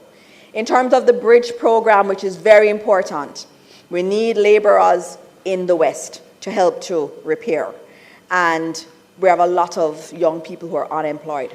So bringing them in is important. And the way we usually do things with HEART programs is we have the MPs recommending students in the area to us. And so we'll continue to use that program. So the MPs will be the ones that will be working with us on that. In terms of the UNICEF kits, they're great, they're wonderful, and you should look at them outside again. But I should note that UNICEF supplements what we have. And in my presentation, I would have spoken about the kits that we in the ministry created and shared. And I had one here, which is this. So we have a stack. So UNICEF's own are in the box and outside. But we have a whole stash of books. So when we go outside, you and I are going to go together. And you're going to see all of them. And let me show you some other ones, since you give me time to show and tell. All right, look at this. Literacy is important, and that's been one of my priorities. And I said to the PS, last year I got a stash of books because one of our priorities was giving every primary school child in Jamaica their own set of books. Because the bookshops tell me that the parents come, they buy the books on the list, but they don't buy any reading books for the children. And so a priority was having every child from grade 1 to grade 3 having a stack of books that they could read. And I got them, I took them home the weekend and I read them. And they were nice, but they were wordy. So they were nice for me. But I have children who don't like to read. And what they like are graphic novels. And so I said to the PS, we need graphic novels, especially for the boys. And some of the storylines felt girly. And so I said we needed things that were better for the boys. And so here you have graphic novels for the boys that have been created in the ministry with Jamaicans. Nothing girly in here. And you notice it's about football, we include sports, anyway, but it is, and in there too, it's not just the boys that are playing sports, it's girls too. Because remember, anything a boy can do, a girl can do.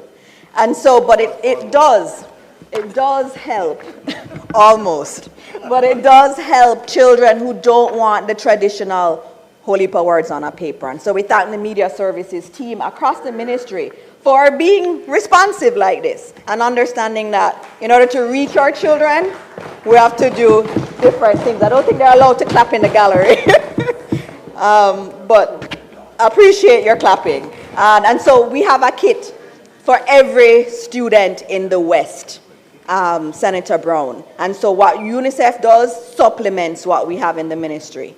In terms of host schools, and you mentioned MP Crawford and his initiative. And I want to congratulate MP Crawford for following the ministry's directive. I really want to congratulate him because the ministry had announced a host school model.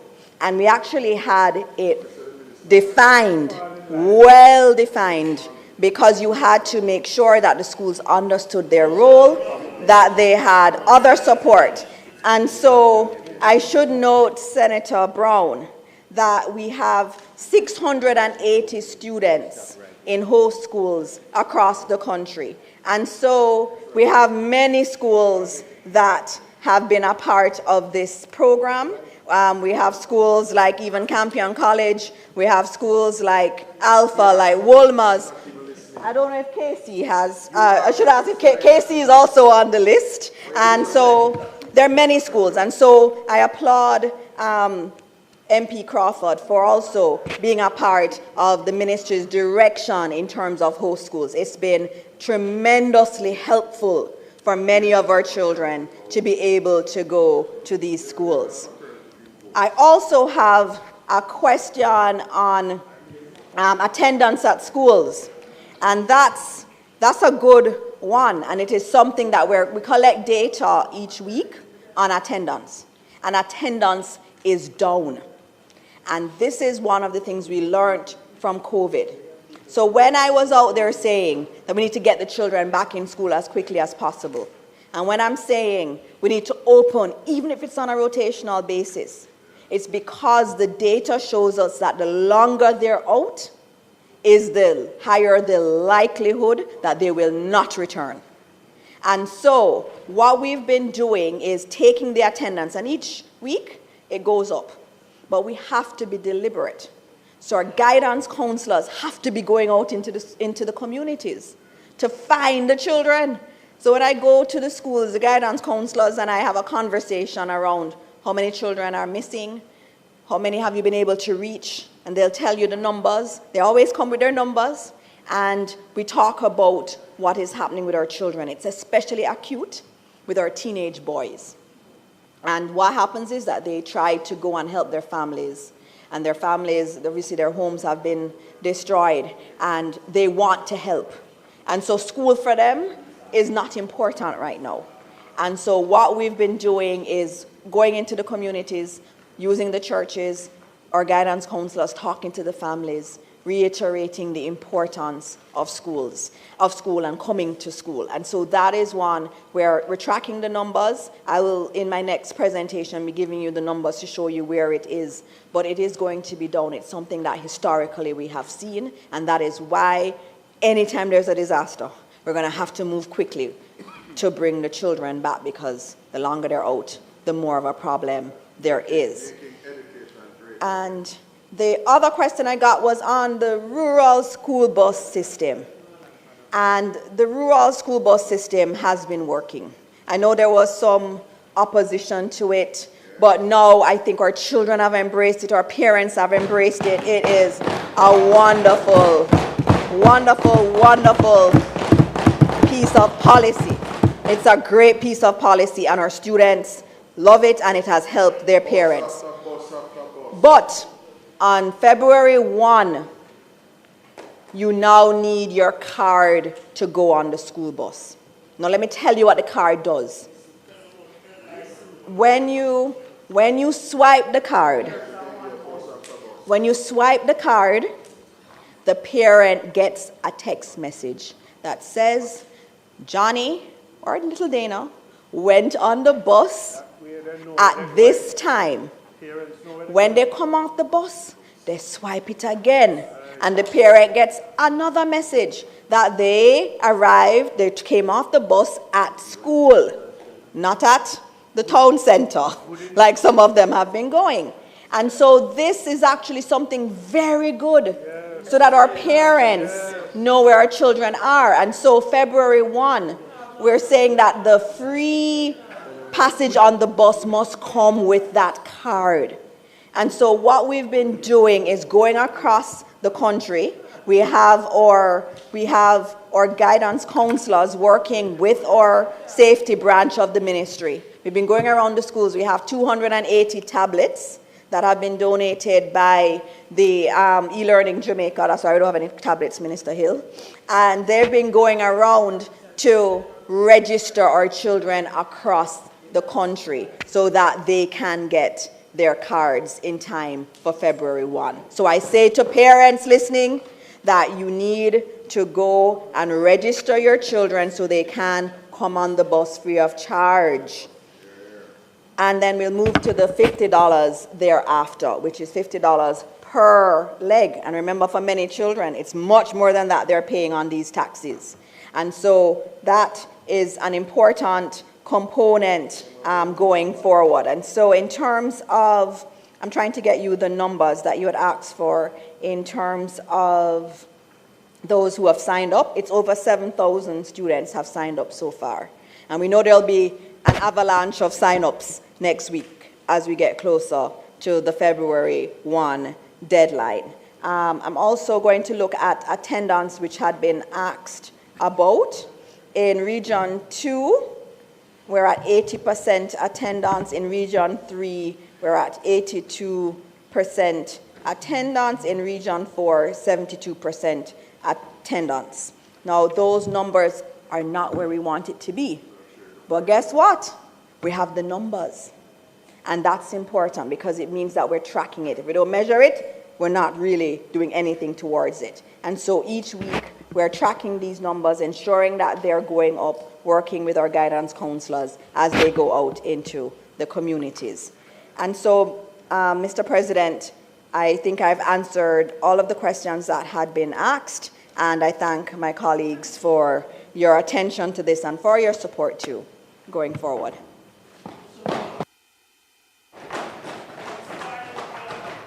Yes, Senator Brown. Follow up to the questions, to the answers. Minister, of all the buses, rural school buses that were promised, I think we were promised 100 and odd, of all of them now being received and are in operations, I think there are 60 odd or something like that that was outstanding. Could you indicate the status of those and what role El Hydro is playing in the cards? And the final follow-up question is that thank you for, I hope I can get this one for Xander, but this is number 1 of 2026. What numbers do you expect to be putting out? And this one is for the boys. But in light of the reggae girls, and since girls do play football, and FIFA has been promoting all of us to play the game. All to play the game. You, me, all of us. Is there going to be one in honor of the great Bunny Shaw? The great Bunny Shaw and the reggae girls. And is there going to be one for Sunshine Girls or Netball Queens? So I hope that 2 and 3 and 4 and 5 will reflect those, because I believe when you made the point about girly versus boys, you know that there is an issue with, I'm going down there, you know that there's an issue where the international community have been put in a certain direction. And is this part of the Jamaican resistance to that international push? Minister, you can answer that? Yes. No, I'm not going back down there in the Senator team. Yeah. Senator Brown, I've allowed him, but I'm not going back down there. Senator Tim, is one question you have? No, can't follow up, Mr. Brown. Everybody asks question and get the answer already, you know. Senator Tim, I'm going to lean over backwards to facilitate. No, not necessarily, Senator Brown. Go ahead, Senator Tim. To extend the gender question, I would like to know if the ministry is taking measures to disrupt the gender rigidity in our social norms. Certainly, we know that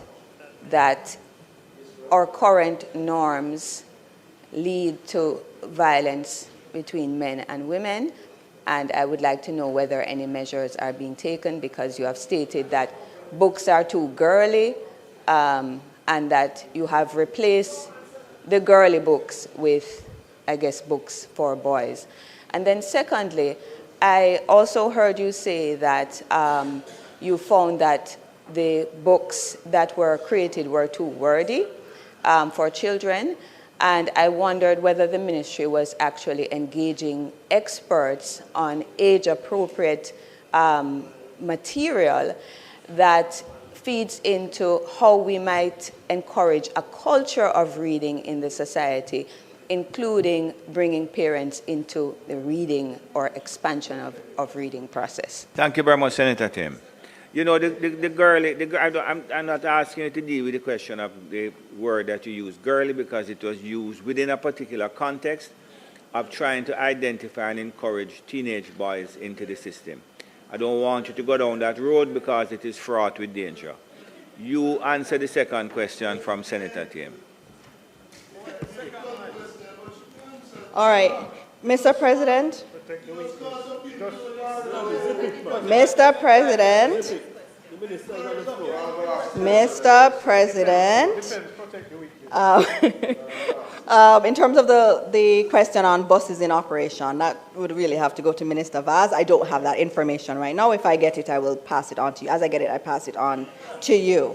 In terms of age-appropriate reading, and the material, we have experts in the ministry that are very well trained in terms of various models, and we also use experts from the university in terms of creating our programs. So when you see a book like that, you have literacy experts that are working on it. So you have the design team, you have a team of educators that are highly educated that are working on it. But that issue of inculcating that love of reading from early in our country is one that we've been paying quite a bit of attention to, and that's why giving students books, that they can use and that's theirs is very important, and starting it very early is really important. And as to what Senator Brown has said, that is an example of one of the first ones that we're going to be doing. But of course, we know that the Reggae Girls have been to the World Cup multiple times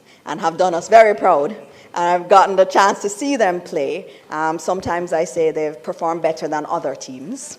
But I won't go down that road. But we will have other ones.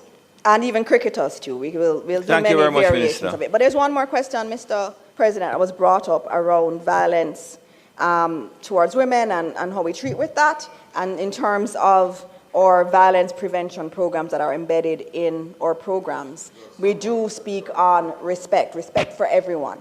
And how you cope with conflict is absolutely an important part of the softer skills that we're trying to engender in our schools. Thank you, Mr. President. Thank you very much, Minister. Minister Hill? Anything? No. Announcements?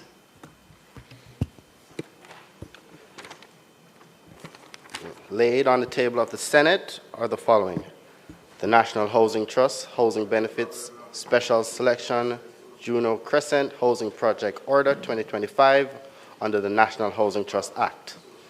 Annual report of the Bath Fountain Hotel for the year 2021-2022. Annual report and audited financial statements of the Montego Bay Convention Center for the financial year 2021-2022. Annual report and audited financial statements of the Jamaica Promotions Corporation's JAMPRO for the year 2023-2024. Auditor General's Department Annual Report 2025. Auditor General's Department Performance Audit Report, Ensuring Value for Money in Public Health Procurement at the University Hospital of the West Indies. Independent Commission of Investigation, Second Quarterly Report 2025, April to June 2025. Independent Commission of Investigation, Third Quarterly Report 2025, July to September 2025. Integrity Commission's Investigation Report into concerns that Ms. Sashna Fuller, a securities analyst employed to the Financial Services Commission, failed to file her statutory declarations with the Commission for the year 2023, contrary to law. Integrity Commission's Investigation Report into concerns that Ms. Tamika Afflick, a securities analyst employed to the Financial Services Commission, failed to file her statutory declarations with the Commission for the year 2023, contrary to law. Annual report and audited financial statements of the Women's Center of Jamaica Foundation for the financial year 2017-2018. Report on the appropriation account, head 5,000 recurrent Auditor General's Department for the financial year 2023-2024, and its related ministry paper numbered 1 of 2026 titled Certified Appropriation Accounts, head 5,000, Auditor General's Department for the financial year 2023-2024, and Auditor General's Department Appropriation Account 2023-2024, head 5,000 recurrent. Thank you. Thank you very much. Bills brought from the Honorable House of Representatives. Petitions, papers, reports from committees, notices of motions given orally, questions and answers to questions, motions that may be made at the commencement of public business requiring notice, motions relating to the sitting of the Senate, motions for leave to introduce bills, the presentation of bills without the leave of the Senate first obtained. Public business. Minister Hill.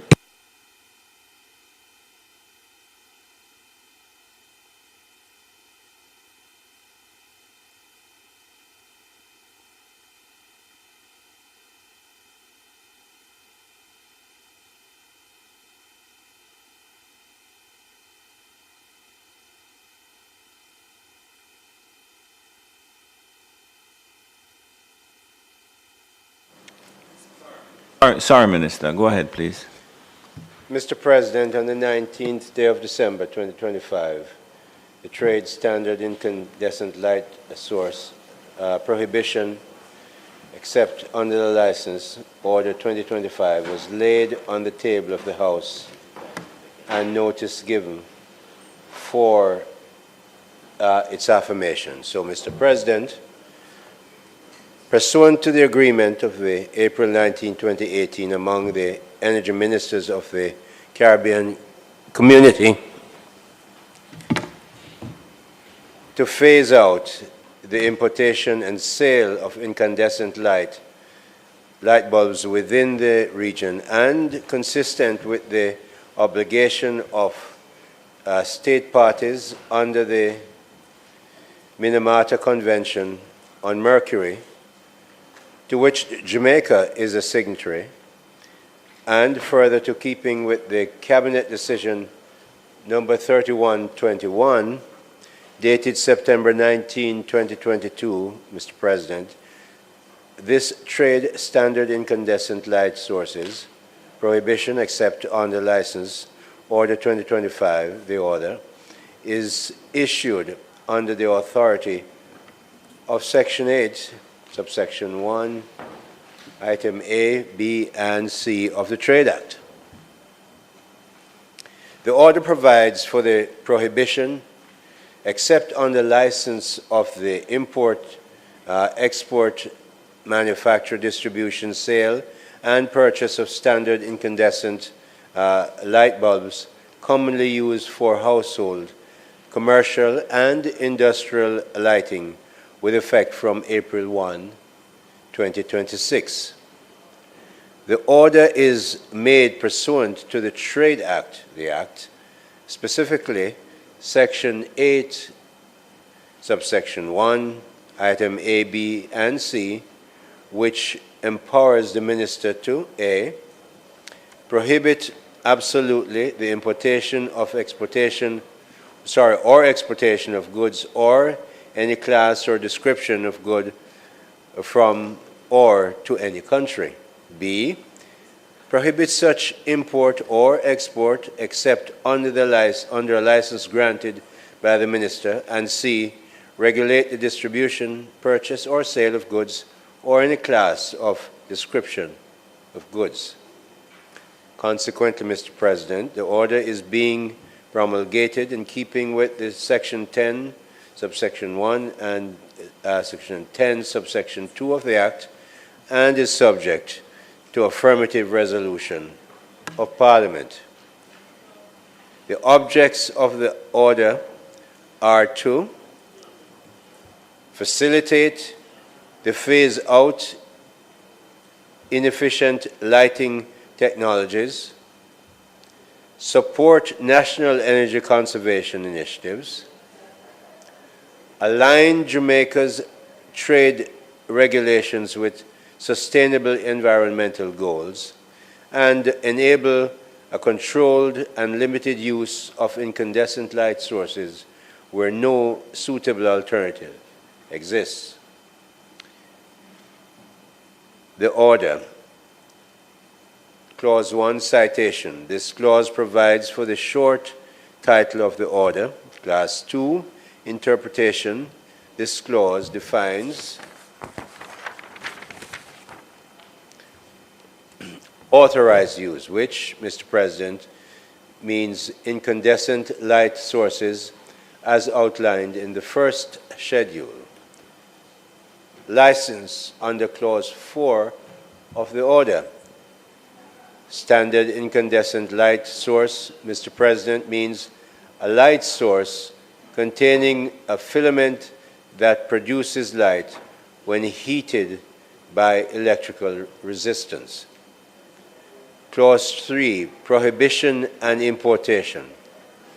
Mr. President, this clause provides that prohibition on importation of standard incandescent light sources is prohibited except under the authority of a license.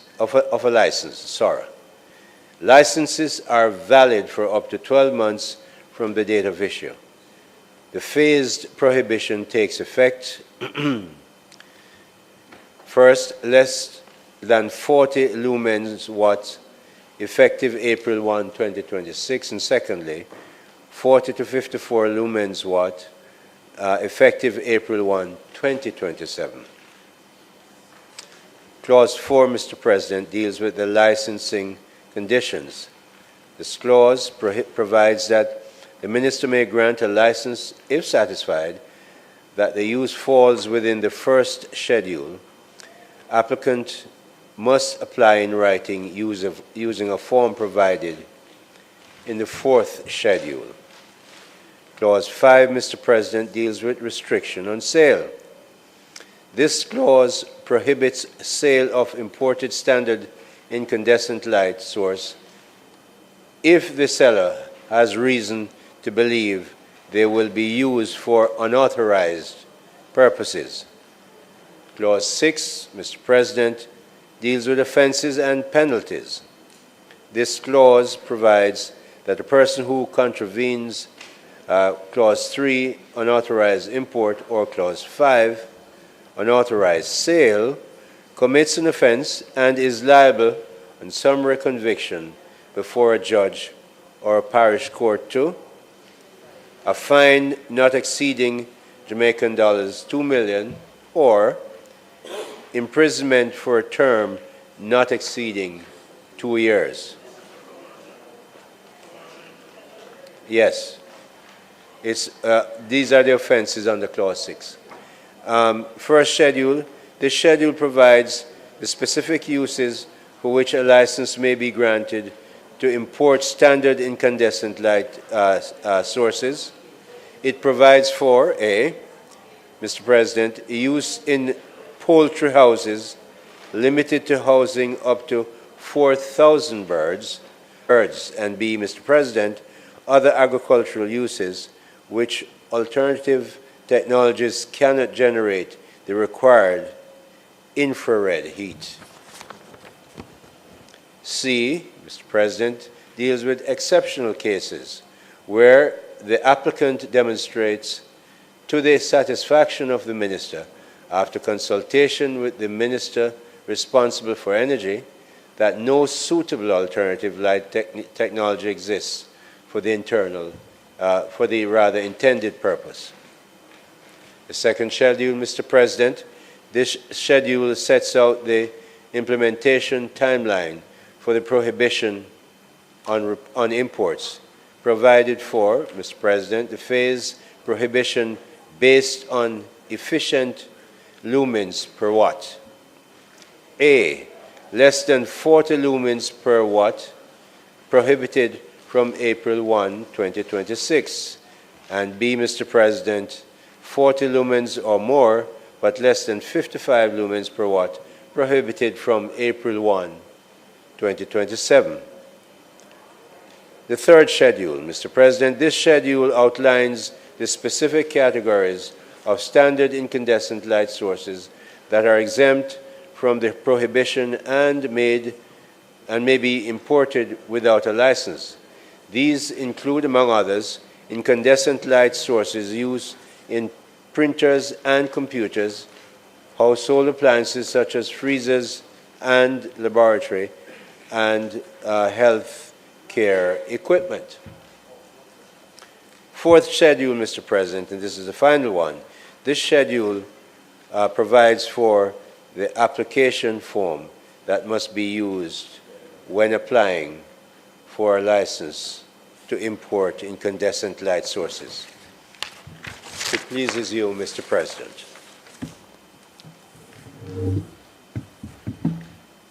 Yes, Senator Scott Motley. If it pleases you, Mr. President, I think it would be absolutely pellucid that the opposition would be supporting this order. We understand how the technology has improved in many areas, and we understand what incandescent lighting does to our environment. Not only is it that it uses a lot of electricity, and we know the impact of electricity on carbon emissions, but we do know that the percent of the heat which an incandescent bulb generates is just lost, is wasted. So of course we applaud it. We do understand why it is necessary to phase it, and that there are circumstances in which there is no substitute, so you have to use it. But generally speaking, we support this amendment which has been made. We believe that it is vital. We think that it will actually help the economy as it will reduce costs. And you, Minister, have a particular interest in ensuring that medium and small businesses benefit from reduced charges. So without delaying, Mr. President, may I indicate that the opposition supports this order. Thank you very much. Minister?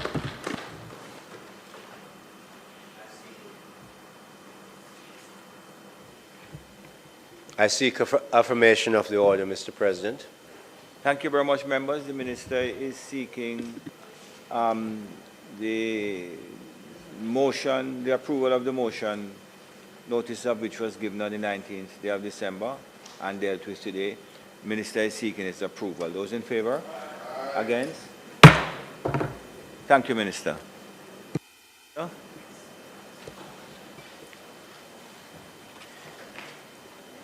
Mr. President, earlier the Senate leader indicated that the debate on the Jamaica Promotions Corporation bill would commence today.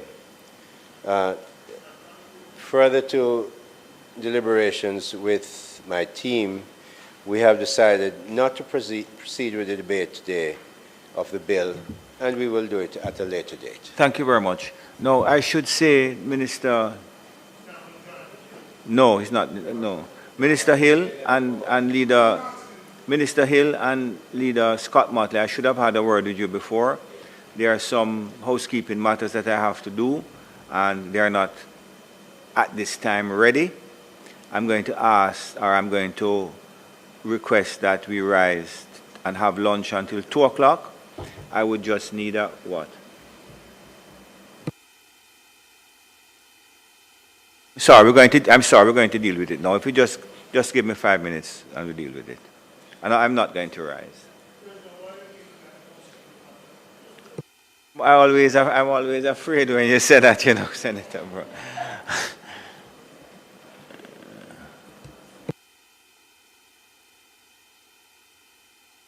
I should have raised it earlier.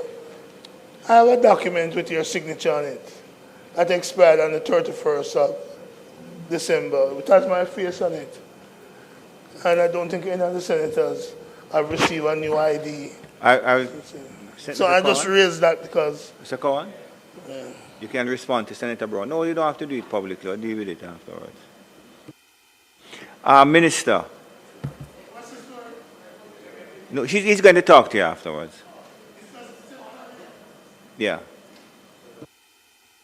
Minister? Mr. President, thank you. Mr. President, might I ask for recommittal of bills brought from the Honourable House of Representatives and for recommittal of notices of motion given orally? Members would have heard the request of the Minister. Those in favour? Go ahead, Minister, please. I beg your pardon? Yes. Go ahead, please, Minister. Go ahead, Minister, please respond to bills brought from the Honourable House of Representatives.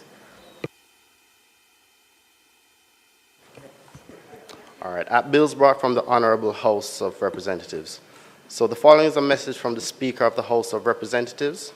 To the Honourable Senate, I have the honour to advise the Honourable Senate that on the 20th day of January 2026, the following bills were passed in the House of Representatives without amendment. An Act to amend the Financial Investigations Division Act and an Act to amend the Financial Administration and Audit Act. This message is from the Most Honourable Juliet Holness, Speaker of the House of Representatives. Mr. President, I signify my willingness to take charge of the bills. A bill shortly entitled the Financial Investigations Division Amendment Act 2026 read a first time, and a bill shortly entitled the Financial Administration and Audit Amendment Act 2026 read a first time. President, I beg to give notice of second reading of the bills. Thank you, Minister. Notices of motions given orally. Mr. President, I beg to give notice that at the next meeting of the Senate, I will move the following motions. Whereas subsection 1F of section 41 of the Constitution of Jamaica requires a member of the Senate to vacate his seat if he becomes a party to any contract with the government of Jamaica for or on account of the public service. And whereas Senator Cavan Gale is an industrial relations consultant who may from time to time enter into contracts with the government of Jamaica and its affiliated agencies, be it resolved that this Honorable Senate, pursuant to subsection 1F1 of Section 41 of the Constitution of Jamaica, vacating his seat for reasons as aforesaid. Mr. President, I further beg to give notice that at a later stage today, I will move for suspension of the standing orders to enable me to take this motion. Mr. President, I also beg to give notice that at the next meeting of the Senate, I will move the following motions. One, be it resolved that this Honorable Senate appoints a select committee comprising the following members: Senator Dr. the Honorable Dana Morris Dixon, Senator Shireen Golding, and Senator Donna Scott Motley, to sit jointly with a similar committee as appointed by the House of Representatives to consider and report its findings to this Honorable Senate on an act to facilitate the implementation of child diversion in the criminal justice system and for connected matters. Secondly, be it resolved that this Honorable Senate appoints a select committee comprising the following members: Senator Cavan Gale, Senator Rosemary Bennett Cooper, Senator Marlon Morgan, Senator Alan Bernard, to sit jointly with Sorry, are we missing a member from your side on this? To sit jointly with a similar committee as appointed by the House of Representatives to consider and report its findings to this Honorable Senate on Green Paper number 1 of 2025, the National Policy for Culture, Entertainment, and the Creative Economy 2025 to 2035. And thirdly, be it resolved that this Honorable Senate appoints a select committee comprising the following members: Senator the Honorable Kamina Johnson-Smith, Senator the Honorable Abka Fitz-Henley, Senator Cavan Gale, Senator Rosemary Bennett Cooper, Senator Donna Scott Motley, and Senator Keisha Anderson, to sit jointly with a similar committee as appointed by the House of Representatives to consider and report its findings to this Honorable Senate on the Domestic Violence Act. Mr. President, I further beg to give notice that at a later stage today, I will move for the suspension of standing orders in order to enable me to take those motions of which I have just given notice. Mr. President, I also beg to give notice that at the next meeting of the Senate, I will move the following motion. Be it resolved that the following orders be referred to the Regulations Committee of the Senate for consideration and report. 1, the National Housing Trust Housing Benefits Special Selection Industry Cove Manor Housing Development Order 2025 under the National Housing Trust Act, which was laid before the table of the Senate, laid on the table of the Senate on the 21st of November 2025. The National Housing Trust Housing Benefits Special Selection Catherine Estate Housing Development Batch 1 Order 2025 under the National Housing Trust Act, which was laid on the table of the Senate on the 21st day of November 2025. The National Housing Trust Housing Benefits Special Selection Massimut, I'm hoping that's pronounced properly, Flats Act, which was laid on the table of the Senate on the 21st day of November 2025. And fourthly, the National Housing Trust Housing Benefits Special Selection Juno Crescent Housing Project Order 2025 under the National Housing Trust Act, which was laid on the table of the Senate on the 23rd day of January 2026. And I further beg to give notice that at a later stage today, I will move for the suspension of the standing orders to enable me to take this motion. Thank you very much, Minister. So we return to public business. Minister, there are a number of motions here. Are you suggesting that we take them en bloc? Because I wouldn't have a difficulty with that. Yes, Mr. President. If I am able, save that. Yes, no, because I was looking at the language of the one which required reference to the Regulations Committee, but I do believe they can be taken en bloc. But if you could just give me one moment, Mr. President.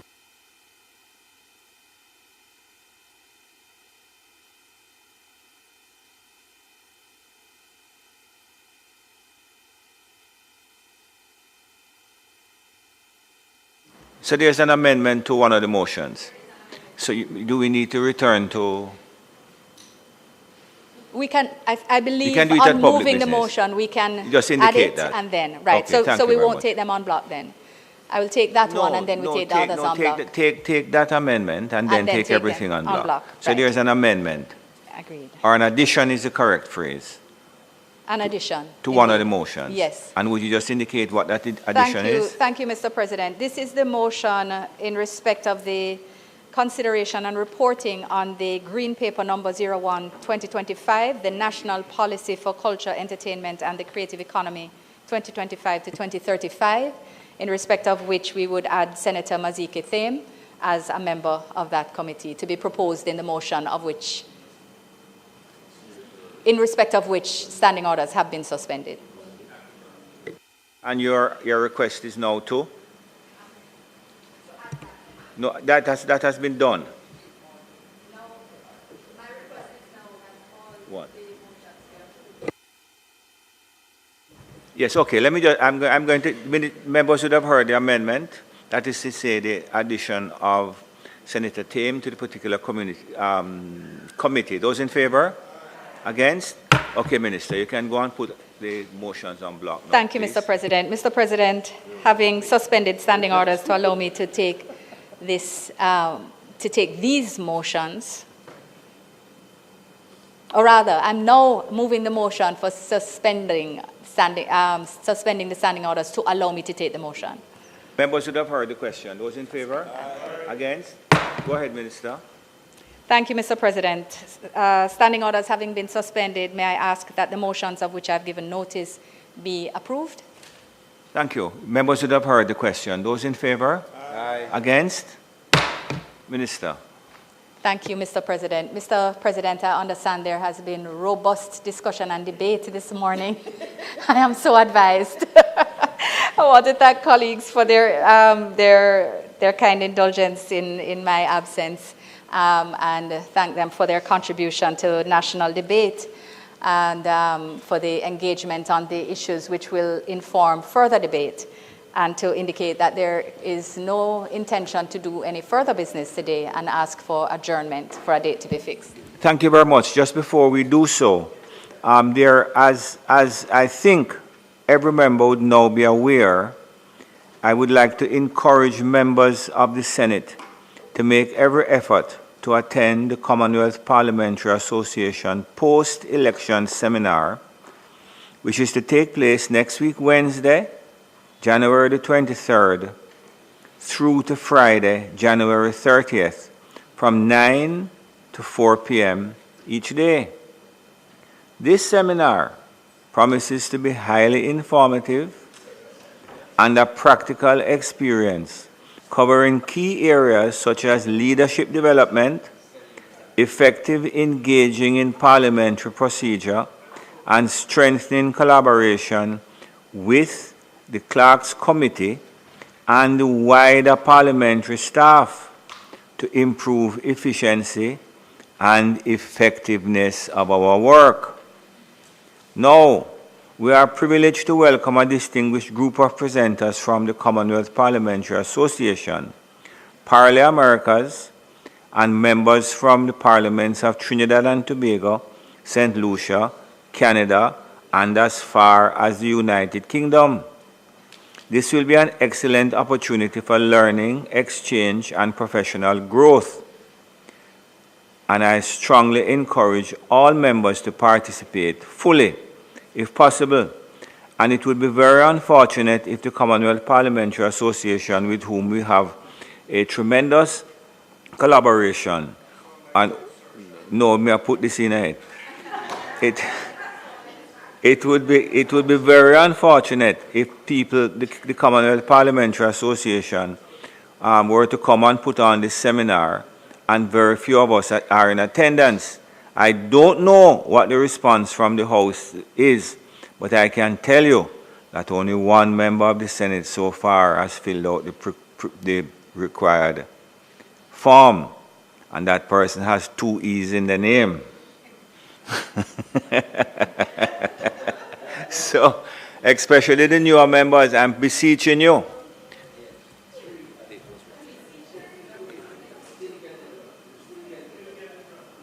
We'll come again? 28th to the 30th. That's what I say?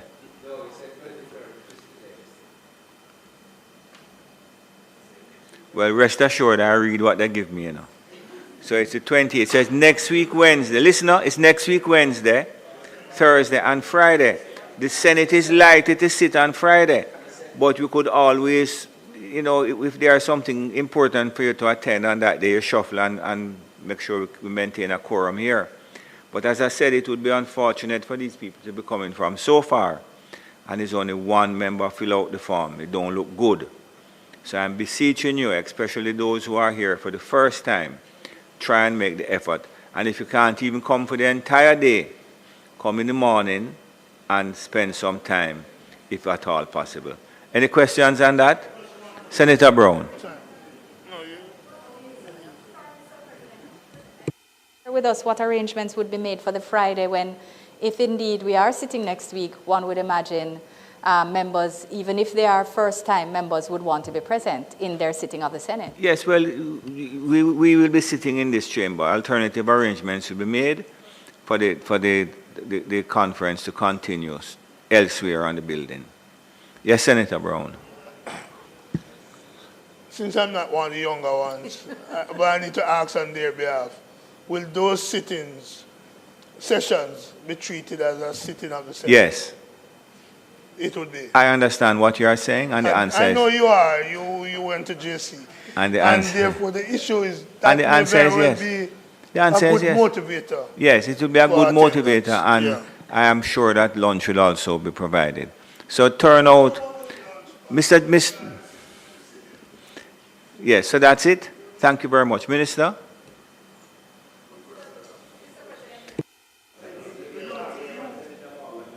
It's a good question. It is.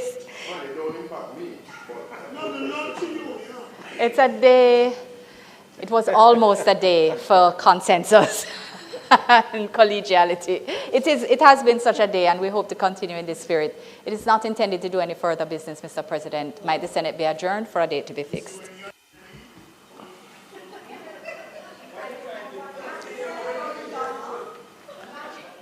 Members would have heard the question. Those in favor? This Honorable Senate now stands adjourned for a date to be fixed.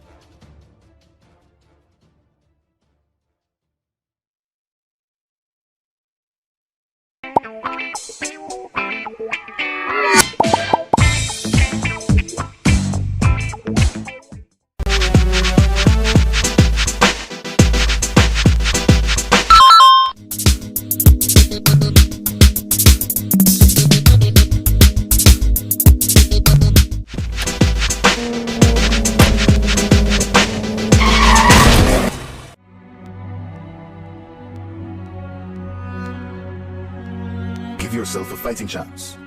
Wear an approved helmet. A message from the Road Safety Unit in the Ministry of Transport and Mining. Since 1962, we've proudly charted our course. But did you know Jamaica's head of state is still the British monarch? That means officially our highest constitutional authority is not Jamaican. Becoming a republic is the next step in deepening Jamaica's constitutional sovereignty. It means replacing the British monarch with a Jamaican president as head of state. In 2024, the Republic Bill was tabled in Parliament, a major move in the reform process of the Jamaican Constitution. The process will take place in 3 phases. Right now, we're in phase 1, replacing the monarchy and laying the foundation for a republic. But this change needs your approval through a national referendum. This is not about politics, it's about pride. about a constitution that finally looks and sounds like us. It's about our legacy, our identity, and our future. Join the journey, get informed, ask questions, and when the time comes, let your voice be heard. One